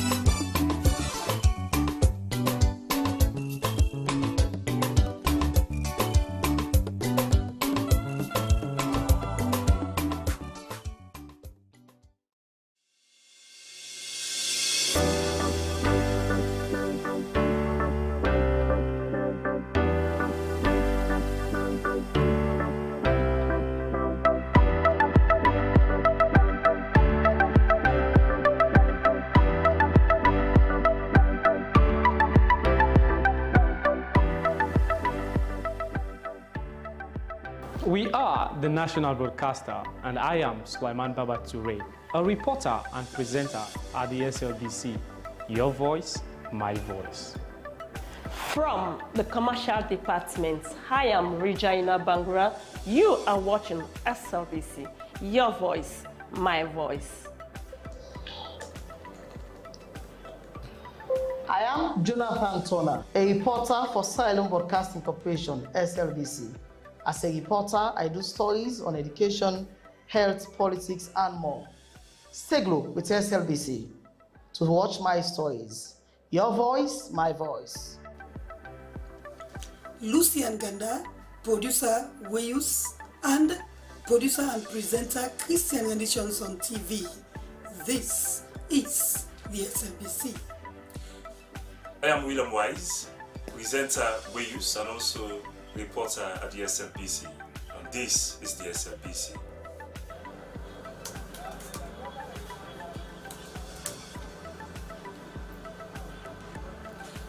I am Salma Tabak, television executive producer.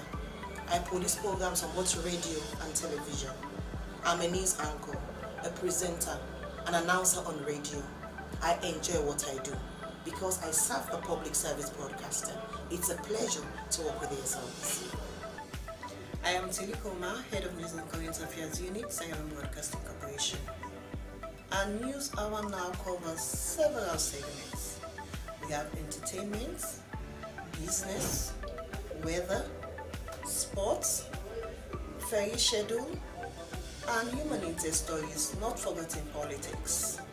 We are doing all that to keep you people posted on what's happening all over the country. Thanks for being with us at SLBC. Keep blue. We are the best.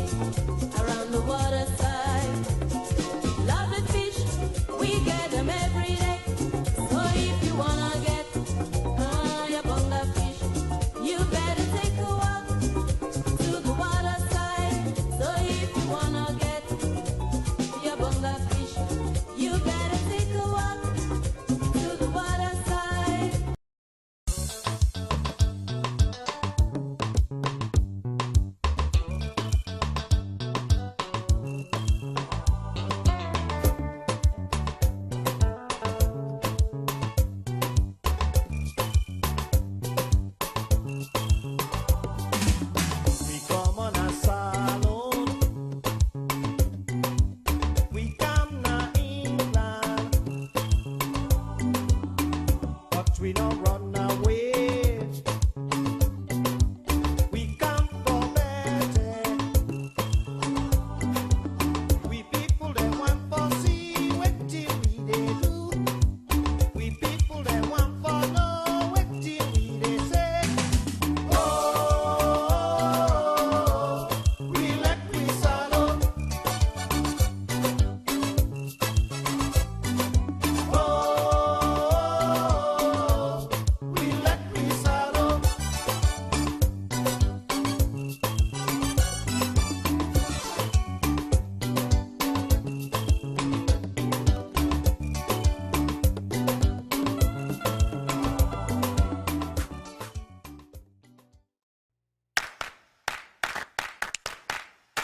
Do you know the TV show that brings to you the decision makers who determine and shape the country's policies and programs?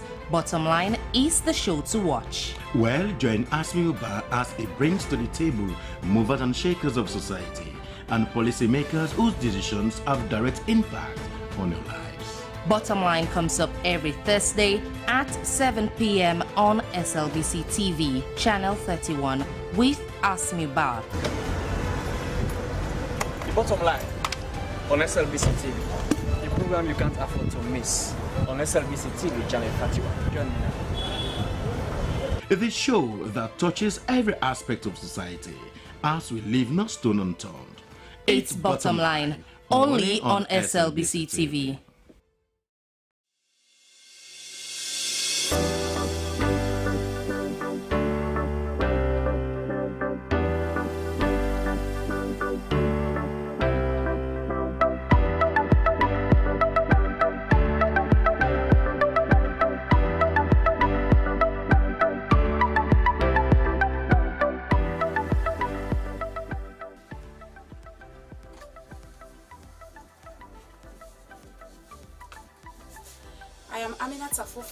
A reporter, a presenter, and an anchor for the Slbc.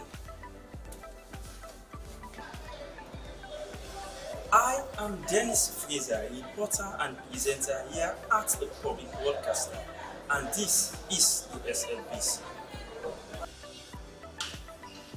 Hi, I am Cynthia Kamara, a news anchor, a reporter, radio presenter, and announcer.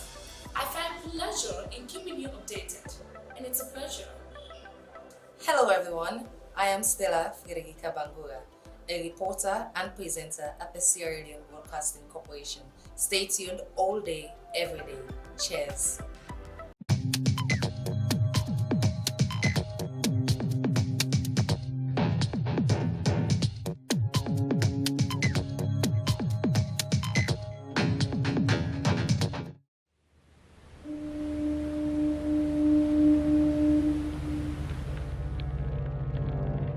A place cannot produce poems. It can only not prevent them. And Freetown is good at that, for Freetown has its own sudden elegances. People are slow to leave it, quick to return. And there are others who come for a year or two and stay for a lifetime, sensing that they found a city that is in the world, yet sufficiently on the edge of it to have a different resonance. Let me tell you something about this city. All of us, we're all just passing through, and we've all been here forever. Those who came, those who stayed, those who never returned. Tides turn, seasons change, we've waited and we've watched. But we've always been here, we've always listened, because there is a different resonance here. It comes from the river, and the land, and the sky. It's our place. All of us. This city belongs to everyone. And you know when it's your time. And it's our time. Listen, we are Freetown. We are Freetown! the golden rules of Freetown. Don't pretend you're something that you're not. Don't go thinking you're better than anyone else. Or that anyone else is better than you. Don't shout about it. Get on with it. We are Freetown. Freetown. Freetown. Yeah. We found our voice again. I'm from India and Freetown. I'm from China and Freetown. I'm from the UK and Freetown. I am from Nigeria and Freetown. I am from home and Freetown. This city belongs to everyone. The fisherman, the taxi driver, the barber, the drummers, the dancers. All of us. All of us. Everybody. We are Freetown. The past is ours. The future is ours. It's our time again. And this city belongs to everyone. The playwright, the greengrocer, the teacher, the dog. This space is ours. This light is ours. The beaches are ours. The rivers now we own. The roads are ours. The bridges now we own. We are Freetown. We are all visitors and we've all been here forever. We've got the mightiest river. And the biggest sky. And there's a resonance again. Freetown. Freetown. We are proud of this place. We love this city. And we want you to love it too. We are proud of this place. Na pass we all dey pass like stranger dem, but we all don dey from there.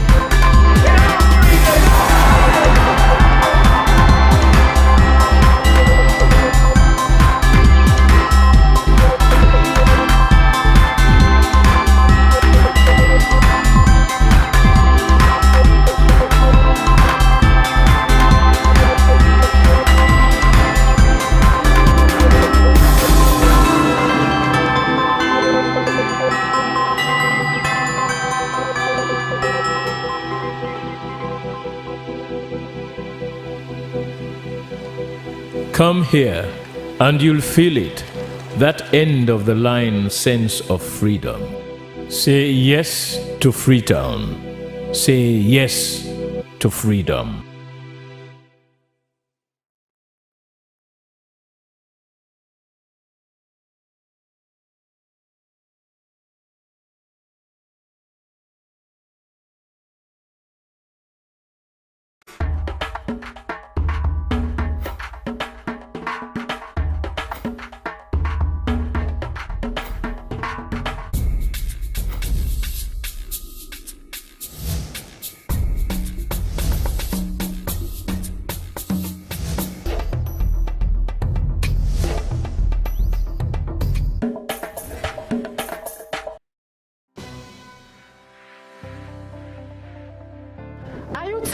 Of watching or listening to uninteresting television channels, then your worries have been addressed, as the SLBC Podium is the answer to your concern. The SLBC television show, The Podium, is one of the programs you can't afford to miss as a guest or a viewer. Oh yes, Podium is a show where the mighty and the low will like to sit, because it is a trusted medium to channel your views, concerns, and aspirations for Sierra Leone and other happenings around the globe. Podium is where you get breaking news, because everyone wants to talk to us. If you hear it on Podium, ask no further. Don't forget to join us every midday from Monday to Friday as we ask the hard questions that you otherwise would have asked to the newsmakers, the movers and shakers of events. Don't miss the opportunity to be part of Sierra Leone's topmost midday show, The Podium, where the agenda is set for others to follow. Thanks for watching. God bless you. Goodbye.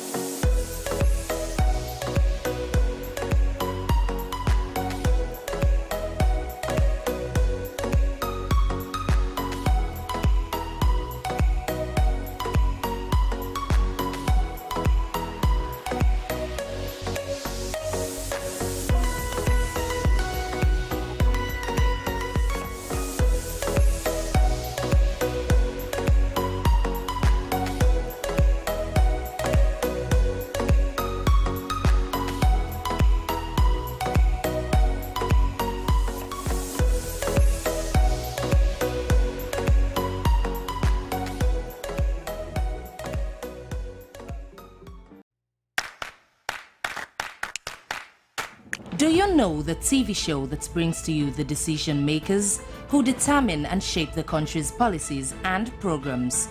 Bottom Line is the show to watch. Well, join Asmi Uba as it brings to the table movers and shakers of society and policymakers whose decisions have direct impact on your lives. Bottom Line comes up every Thursday at 7 p.m. on Slbc TV, Channel 31 with Asmi Uba.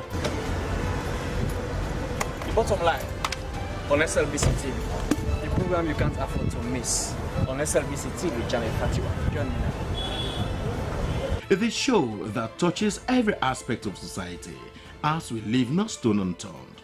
It's Bottom Line, only on Slbc TV.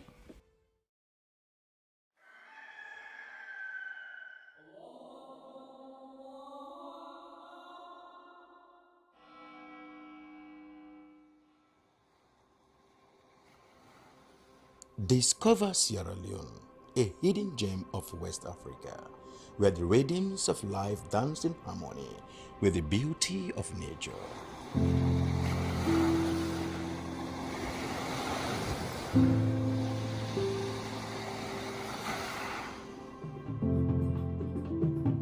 Feel the heartbeat of our culture in every beat of the drum,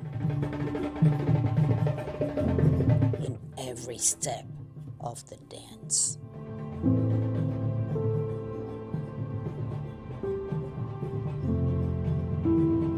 Experience the tranquility of our shores, where each sunrise brings new stories and endless possibilities.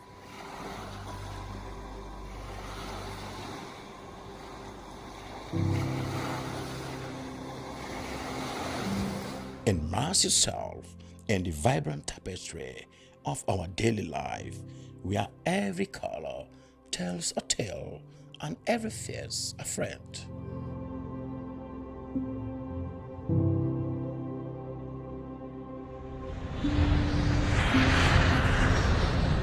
Come, be enchanted by the sights and sounds of Sierra Leone. A place where your adventure awaits. And memories are made.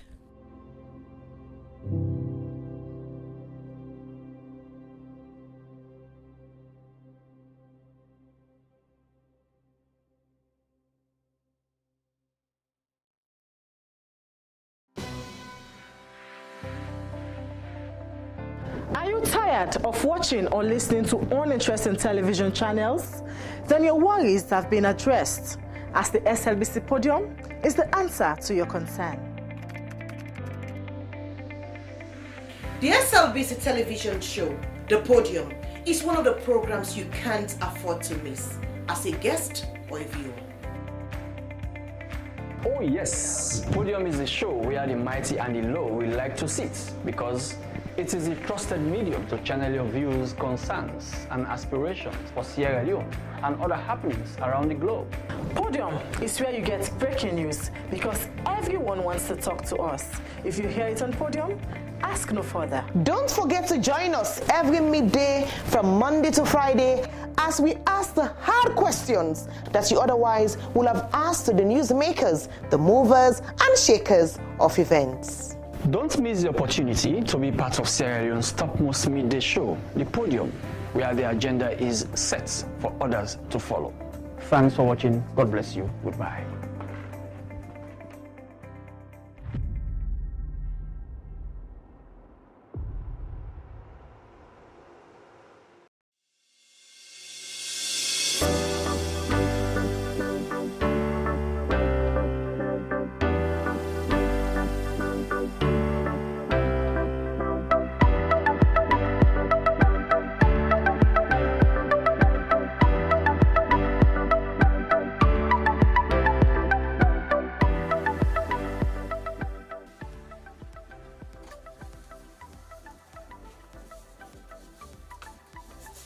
I am Aminata Fofana, a reporter, a presenter, and an anchor for the SLBC.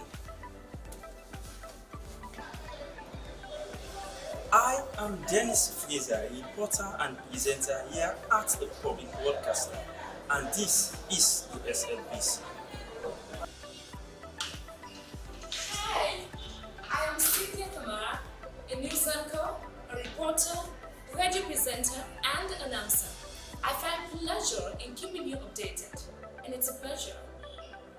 Hello everyone, I am Slbc Tv, a reporter and presenter at the Sierra Leone Broadcasting Corporation. Stay tuned all day, every day. Cheers.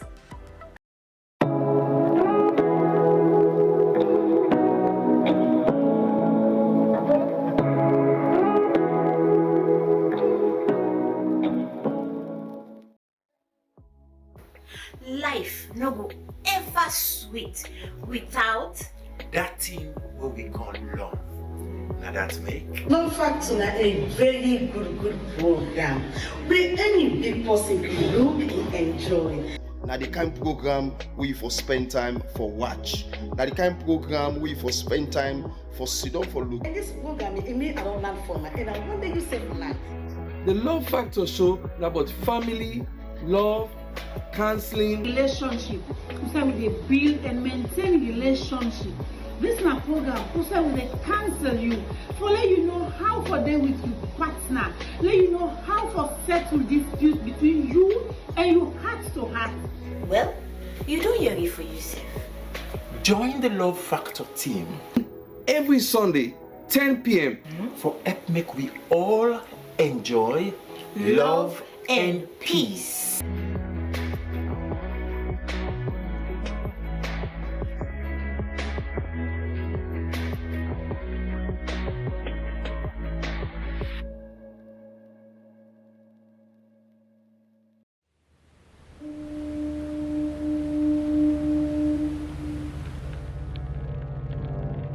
A place cannot produce poems.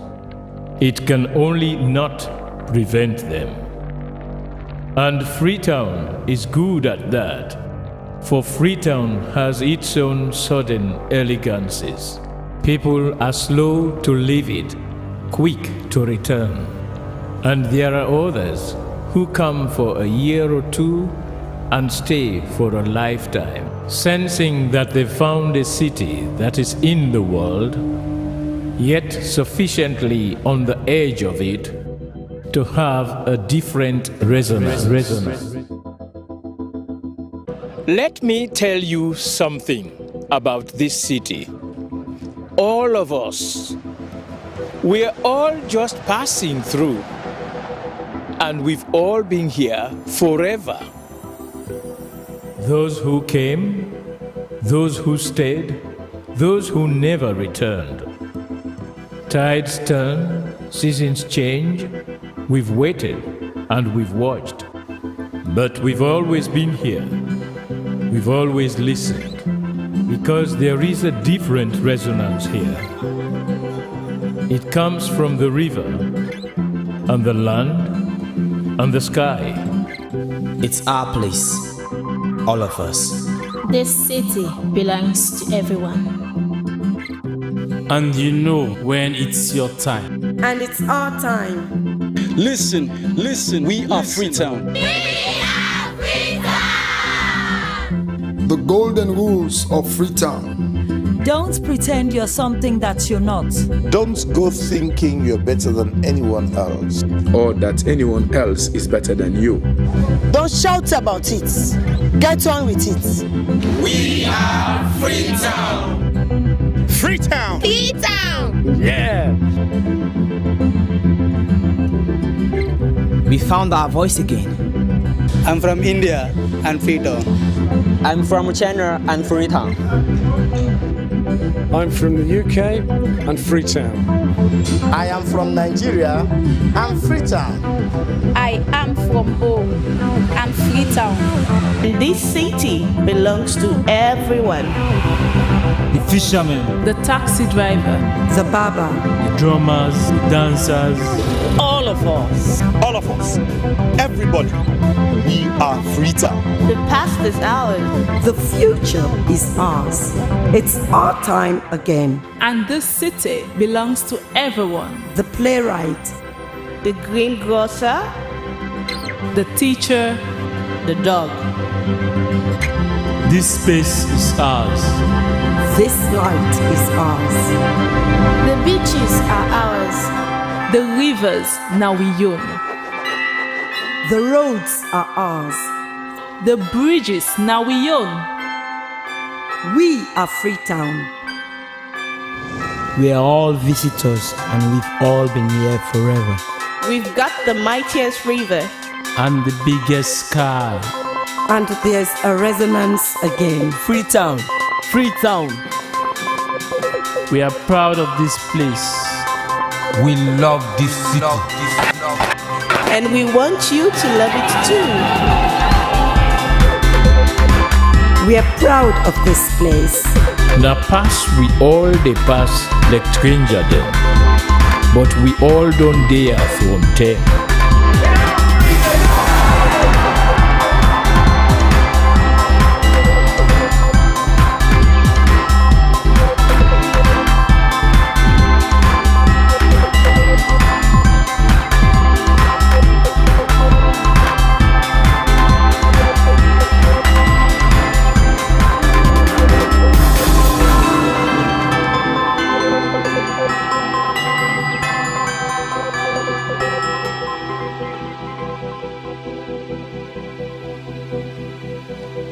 Come here, and you'll feel it, that end of the line sense of freedom.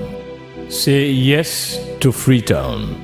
Say yes to freedom.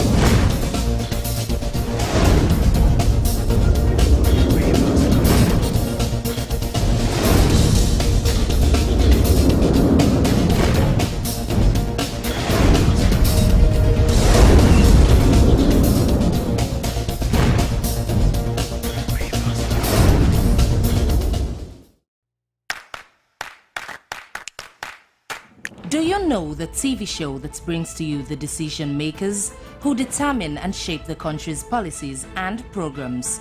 Bottom Line is the show to watch. Well, join Asmi Uba as it brings to the table movers and shakers of society and policymakers whose decisions have direct impact on your lives. Bottom Line comes up every Thursday at 7 p.m. on SLBC TV, Channel 31, with Asmi Uba. Bottom Line on SLBC TV, the program you can't afford to miss on SLBC TV, Channel 31. Join me now. The show that touches every aspect of society as we leave no stone unturned. It's Bottom Line, only on SLBC TV.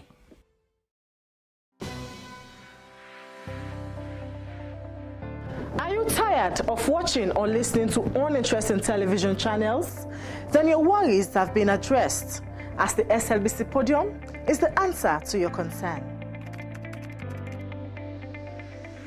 The SLBC television show, The Podium, is one of the programs you can't afford to miss as a guest or a viewer.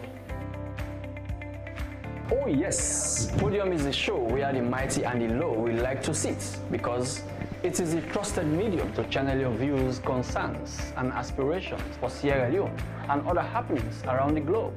Podium is where you get breaking news, because everyone wants to talk to us.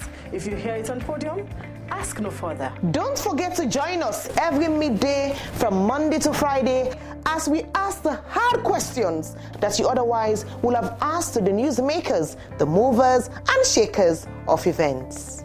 Don't miss the opportunity to be part of Sierra Leone's topmost midday show, The Podium, where the agenda is set for others to follow. Thanks for watching. God bless you. Goodbye.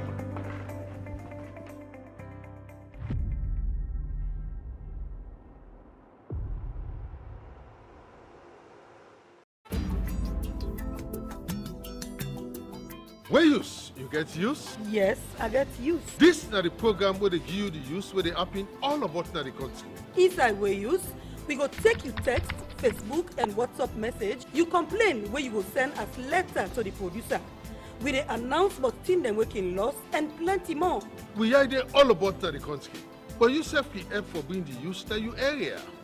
Where use? The original program where they give you updates. Where use? You get use? Yes, I got use.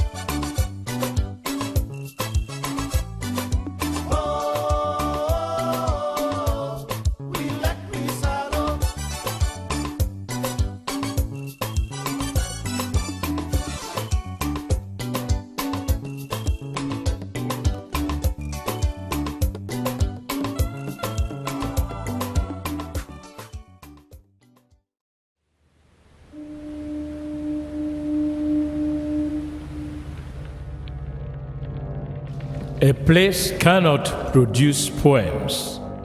It can only not prevent them. And Freetown is good at that, for Freetown has its own sudden elegances. People are slow to leave it, quick to return. And there are others who come for a year or two and stay for a lifetime, sensing that they found a city that is in the world, yet sufficiently on the edge of it to have a different resonance. Let me tell you something about this city. All of us, we're all just passing through, and we've all been here forever. Those who came, those who stayed, those who never returned. Tides turn, seasons change, we've waited and we've watched. But we've always been here. We've always listened, because there is a different resonance here. It comes from the river, and the land, and the sky. It's our place, all of us. This city belongs to everyone. And you know when it's your time. And it's our time. Listen, we are Freetown. The golden rules of Freetown. Don't pretend you're something that you're not. Don't go thinking you're better than anyone else. Or that anyone else is better than you. Don't shout about it. Get on with it. We are Freetown. Freetown. Freetown. Yeah. We found our voice again. I'm from India and Freetown. I'm from China and Freetown. I'm from the UK and Freetown. I am from Nigeria and Freetown. I am from home and Freetown. This city belongs to everyone. The fishermen, The taxi driver, The barber. the drummers, the dancers. All of us. All of us. Everybody. We are Freetown. The past is ours. The future is ours. It's our time again. and this city belongs to everyone. The playwright, The greengrocer, The teacher, the dog. This space is ours. this light is ours. the beaches are ours. The rivers now we own. The roads are ours. The bridges now we own. We are Freetown. We are all visitors and we've all been here forever. We've got the mightiest river. And the biggest sky. And there's a resonance again. Freetown, Freetown. We are proud of this place. We love this city. And we want you to love it too. We are proud of this place. Na pass we all dey pass like stranger dem, but we all don dey from there.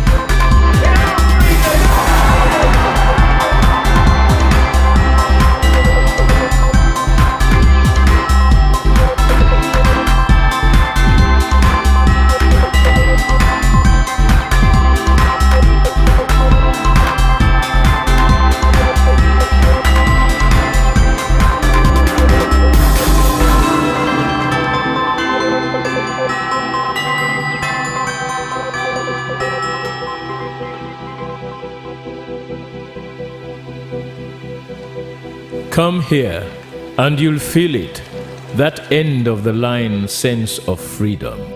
Say yes to Freetown. Say yes to freedom.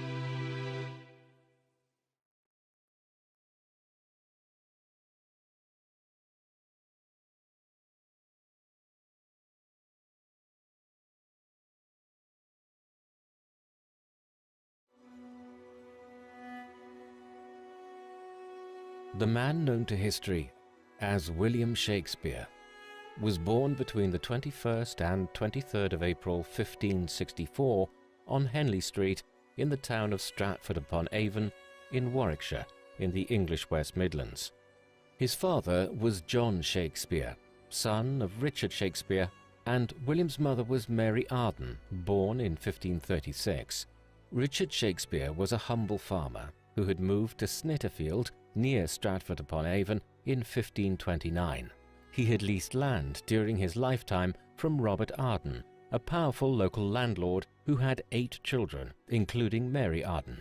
several years before Richard's death in 1561, the ties between the Shakespeares and the Ardens were cemented by the marriage of John, who had established himself as a renowned glover and widower, a specialist in light-coloured leather, to Mary Arden, Robert's daughter, at Aston Cantlow, a parish church at Wilmcote. This marriage took place sometime before the birth of their first daughter, Joan, in September 1558. John's marriage to Mary came with significant financial benefits, as upon the demise of Robert Arden, his daughter inherited a large estate in Wilmcote called the Asbys, which enabled John to start buying up properties around Stratford-upon-Avon, such as the house and garden on Henley Street in 1556, where William was born 8 years later. At the same time as expanding his property portfolio, John was also forging a reputation as an important local dignitary in Stratford-upon-Avon, becoming an alderman, the equivalent of a city councillor in modern times, in 1565, and then a bailiff of the town in 1568, and finally in 1571 assuming the role of chief alderman and deputy bailiff. These were offices of such high repute that in the same year he requested a coat of arms for his family to signify his meteoric rise in civil society. However, it was Mary Arden's father's status as a significant landowner in Warwickshire which allowed her husband John to advance within the societal hierarchy of Stratford-upon-Avon and the surrounding region after they married in the 1550s. She was named as an executor of her father's will in November 1556, which implied that, unlike her husband, she was literate and well educated by the standards of the 16th century. As such, it has been speculated that Mary was a considerable influence on young William's budding literary sense when he was growing up in the 1570s. William was far from her and John's only child. Their first daughter was a girl called Joan, who was born in 1558, but she died in infancy, as did their second child, Margaret, when she was just 5 months old in April 1563. Consequently, William was the oldest surviving child of theirs. 5 further children followed: Gilbert in 1566, Joan in 1569, Anne in 1571, Richard in 1574, and Edmund in 1580. With the exception of Anne, who passed away in the spring of 1579, before her 8th birthday, all of William's younger siblings would live into adulthood. Very little is known about Shakespeare's relationship with his brothers, apart from his possible attendance at their funerals much later in his life, which he may have also paid for. There is also some indication that he was fond of his sister Joan, who continued to live at the family home on Henley Street in Stratford-upon-Avon long after William inherited it as the eldest son of the family. She was also mentioned as a beneficiary of his will in 1616. In order to understand William Shakespeare's work, one must take full account of the world he was living in. The Renaissance, through which the texts of ancient Greece and Rome were rediscovered and used to reform European society in all manner of ways, from the visual arts and architecture to the way governments functioned and education curriculums were structured, had started in Italy in the 14th century, finding its fullest expression in the city of Florence. From there, it travelled north to countries like France and England in the late 15th and early 16th centuries, driven by individuals like Thomas More, who composed his famous political treatise Utopia in England in the mid-1510s. The English Renaissance would peak during the long reign of Queen Elizabeth I between 1558 and 1603. That period saw Edmund Spenser compose The Faerie Queen and Philip Sidney his Arcadia, while the new Studia Humanitatis educational curriculum saw individuals across England being taught Greek and Roman classical texts and how to write in the fine Italianate script that had been developed in Florence and Rome 2 centuries earlier. In time, the English Renaissance would see its greatest achievements on the Elizabethan stage, as playwrights like Christopher Marlowe, Ben Jonson, and Shakespeare himself composed the finest works of the day. Shakespeare's youth had as its backdrop this changing cultural world, along with the increased opportunities for children of families of a modest background to acquire a good education. As a young boy of 5 years old, Shakespeare was first enlisted into Petty School, where he began to learn to read and write. When he was 7, he was transferred to King's New School, the local grammar school, where, as part of his education, he was first exposed to many Roman and Greek authors, such as the rhetorician and political commentator Cicero, the greatest poet of the Roman Empire, Virgil, and Roman historians such as Livy. We might, however, speculate that the foremost influence on him throughout his education were the great Greek playwrights, Aeschylus, Sophocles, Aristophanes, and Euripides, and the Roman comic and tragic playwrights, Plautus, Terence, and Seneca. Shakespeare's love for the stage was further enhanced by the many travelling theatre groups of players, as they were termed, which visited Stratford in his youth, such as Leicester's Men in 1572 and 1576, Warwick's Men in 1574, Worcester's Men in 1574 and 1581, Lord Strange's Men in 1578, and Lord Berkeley's Men in 1580 and 1582. All of whom usually performed in front of local notables such as John Shakespeare, who may have brought William along with him to watch their shows. William might have also attended the 1575 entertainments organised by the Earl of Leicester for the royal household at nearby Kenilworth, or the mystery plays and Hocktide performances that were often put on in Coventry, as well as the numerous shows put together by members of amateur dramatics groups in Stratford. While William's love of the theatre was growing, his family's fortunes were declining. In the 1570s, John Shakespeare's business fortunes took a turn for the worse.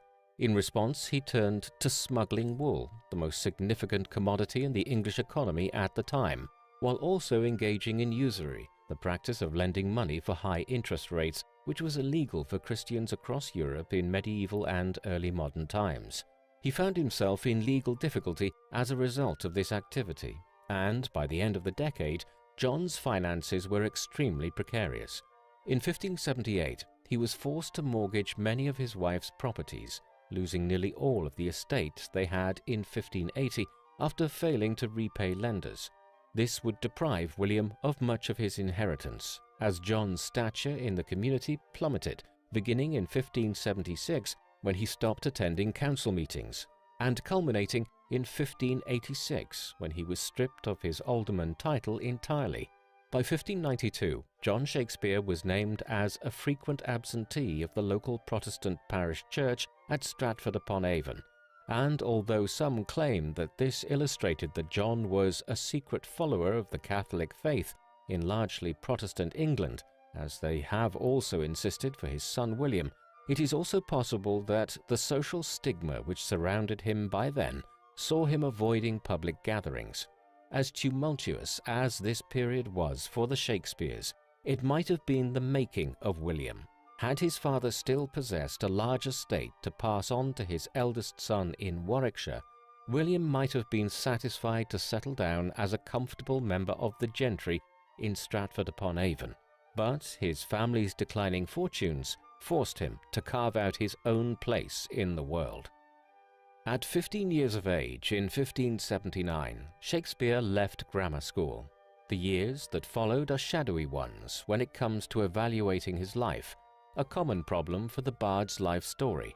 Despite his status as the greatest playwright of all time and the foremost figure of the English Renaissance, there is a surprising dearth of sources available for studying significant chunks of Shakespeare's life, in contrast to figures like Edmund Spenser and Philip Sidney, the latter of whom was a member of a leading political family from Kent and who moved in government circles, generating a lot of correspondence and historical records concerning him, which have survived down to the present day. The same cannot be said of Shakespeare, and so the chronology of his life has to be stitched together from fragmentary details. As we will see later, it is this lack of source material that has led to speculation for the last 4 centuries that Shakespeare did not write all of the plays which are usually attributed to him. Given the lack of information concerning his life, A number of theories have emerged concerning his further education and movements in the 1580s. Some have argued that he may have started performing in plays in the Midlands himself during these years, with John Aubrey, a 17th century writer, stating of Shakespeare that when he killed a calf, he would do it in a high style and make a speech, a reference to the common dramatic trope in which the actor would pretend to butcher a calf on stage. Another line of thinking places William Shakespeare as a schoolteacher in his early adult years, an argument based on a conversation that John Aubrey had with the son of one of Shakespeare's business associates, in which he states that Shakespeare has been, in his younger years, a schoolmaster in the country. This is a possibility at a time when an individual who was well educated could have become a tutor or teacher in a free school for a time without specific qualifications for training. What is beyond doubt, though, is that Shakespeare must have continued to improve his writing abilities and read voraciously during these years, as so many of his works are based on his detailed understanding of English history and medieval literature. We do, however, stand on firmer ground when it comes to Shakespeare's marriage. On the 27th of November 1582, he married Anne Hathaway, the daughter of a family friend, Richard Hathaway, who John Shakespeare had twice bailed out of debt and acted as surety for. Anne was 26 at the time, while William was just 18. She had possibly been working for John Shakespeare as a stitcher in his glove-making business. These facts, combined with Anne already being several months pregnant when they married, have led scholars to argue that this was a shotgun wedding, forced on the couple by their families to prevent the child being born out of wedlock, something which carried a major social stigma in the 16th century. While these details of their marriage are known, Anne is a curiously obscure figure for the most part, one whom people are generally keen to know more about in the interests of determining whether William's love plays, like Romeo and Juliet, or his sonnets, were influenced by his relationship with her. She features in William's will of 1616, but little is known about her besides, other than the details of their children together. Their daughter, with whom Anne was heavily pregnant on the day of their marriage in the winter of 1582, was born the following year and was christened Susanna. Twins followed 2 years later, a boy named Hamnet and a girl named Judith. Tragically, Hamnet died in 1596 at 11 years of age from an outbreak of the bubonic plague in England, which even after the initial Black Death of the 14th century continued to ravage Europe periodically down to the 18th century. William and Anne's wedding ceremony was somewhat unorthodox by the standards of Elizabethan England, a country which was gradually moving towards becoming uniformly Protestant at that time, although there was still a large minority of Roman Catholics across the country, particularly the further north one headed from London. The wedding was overseen by John Frith,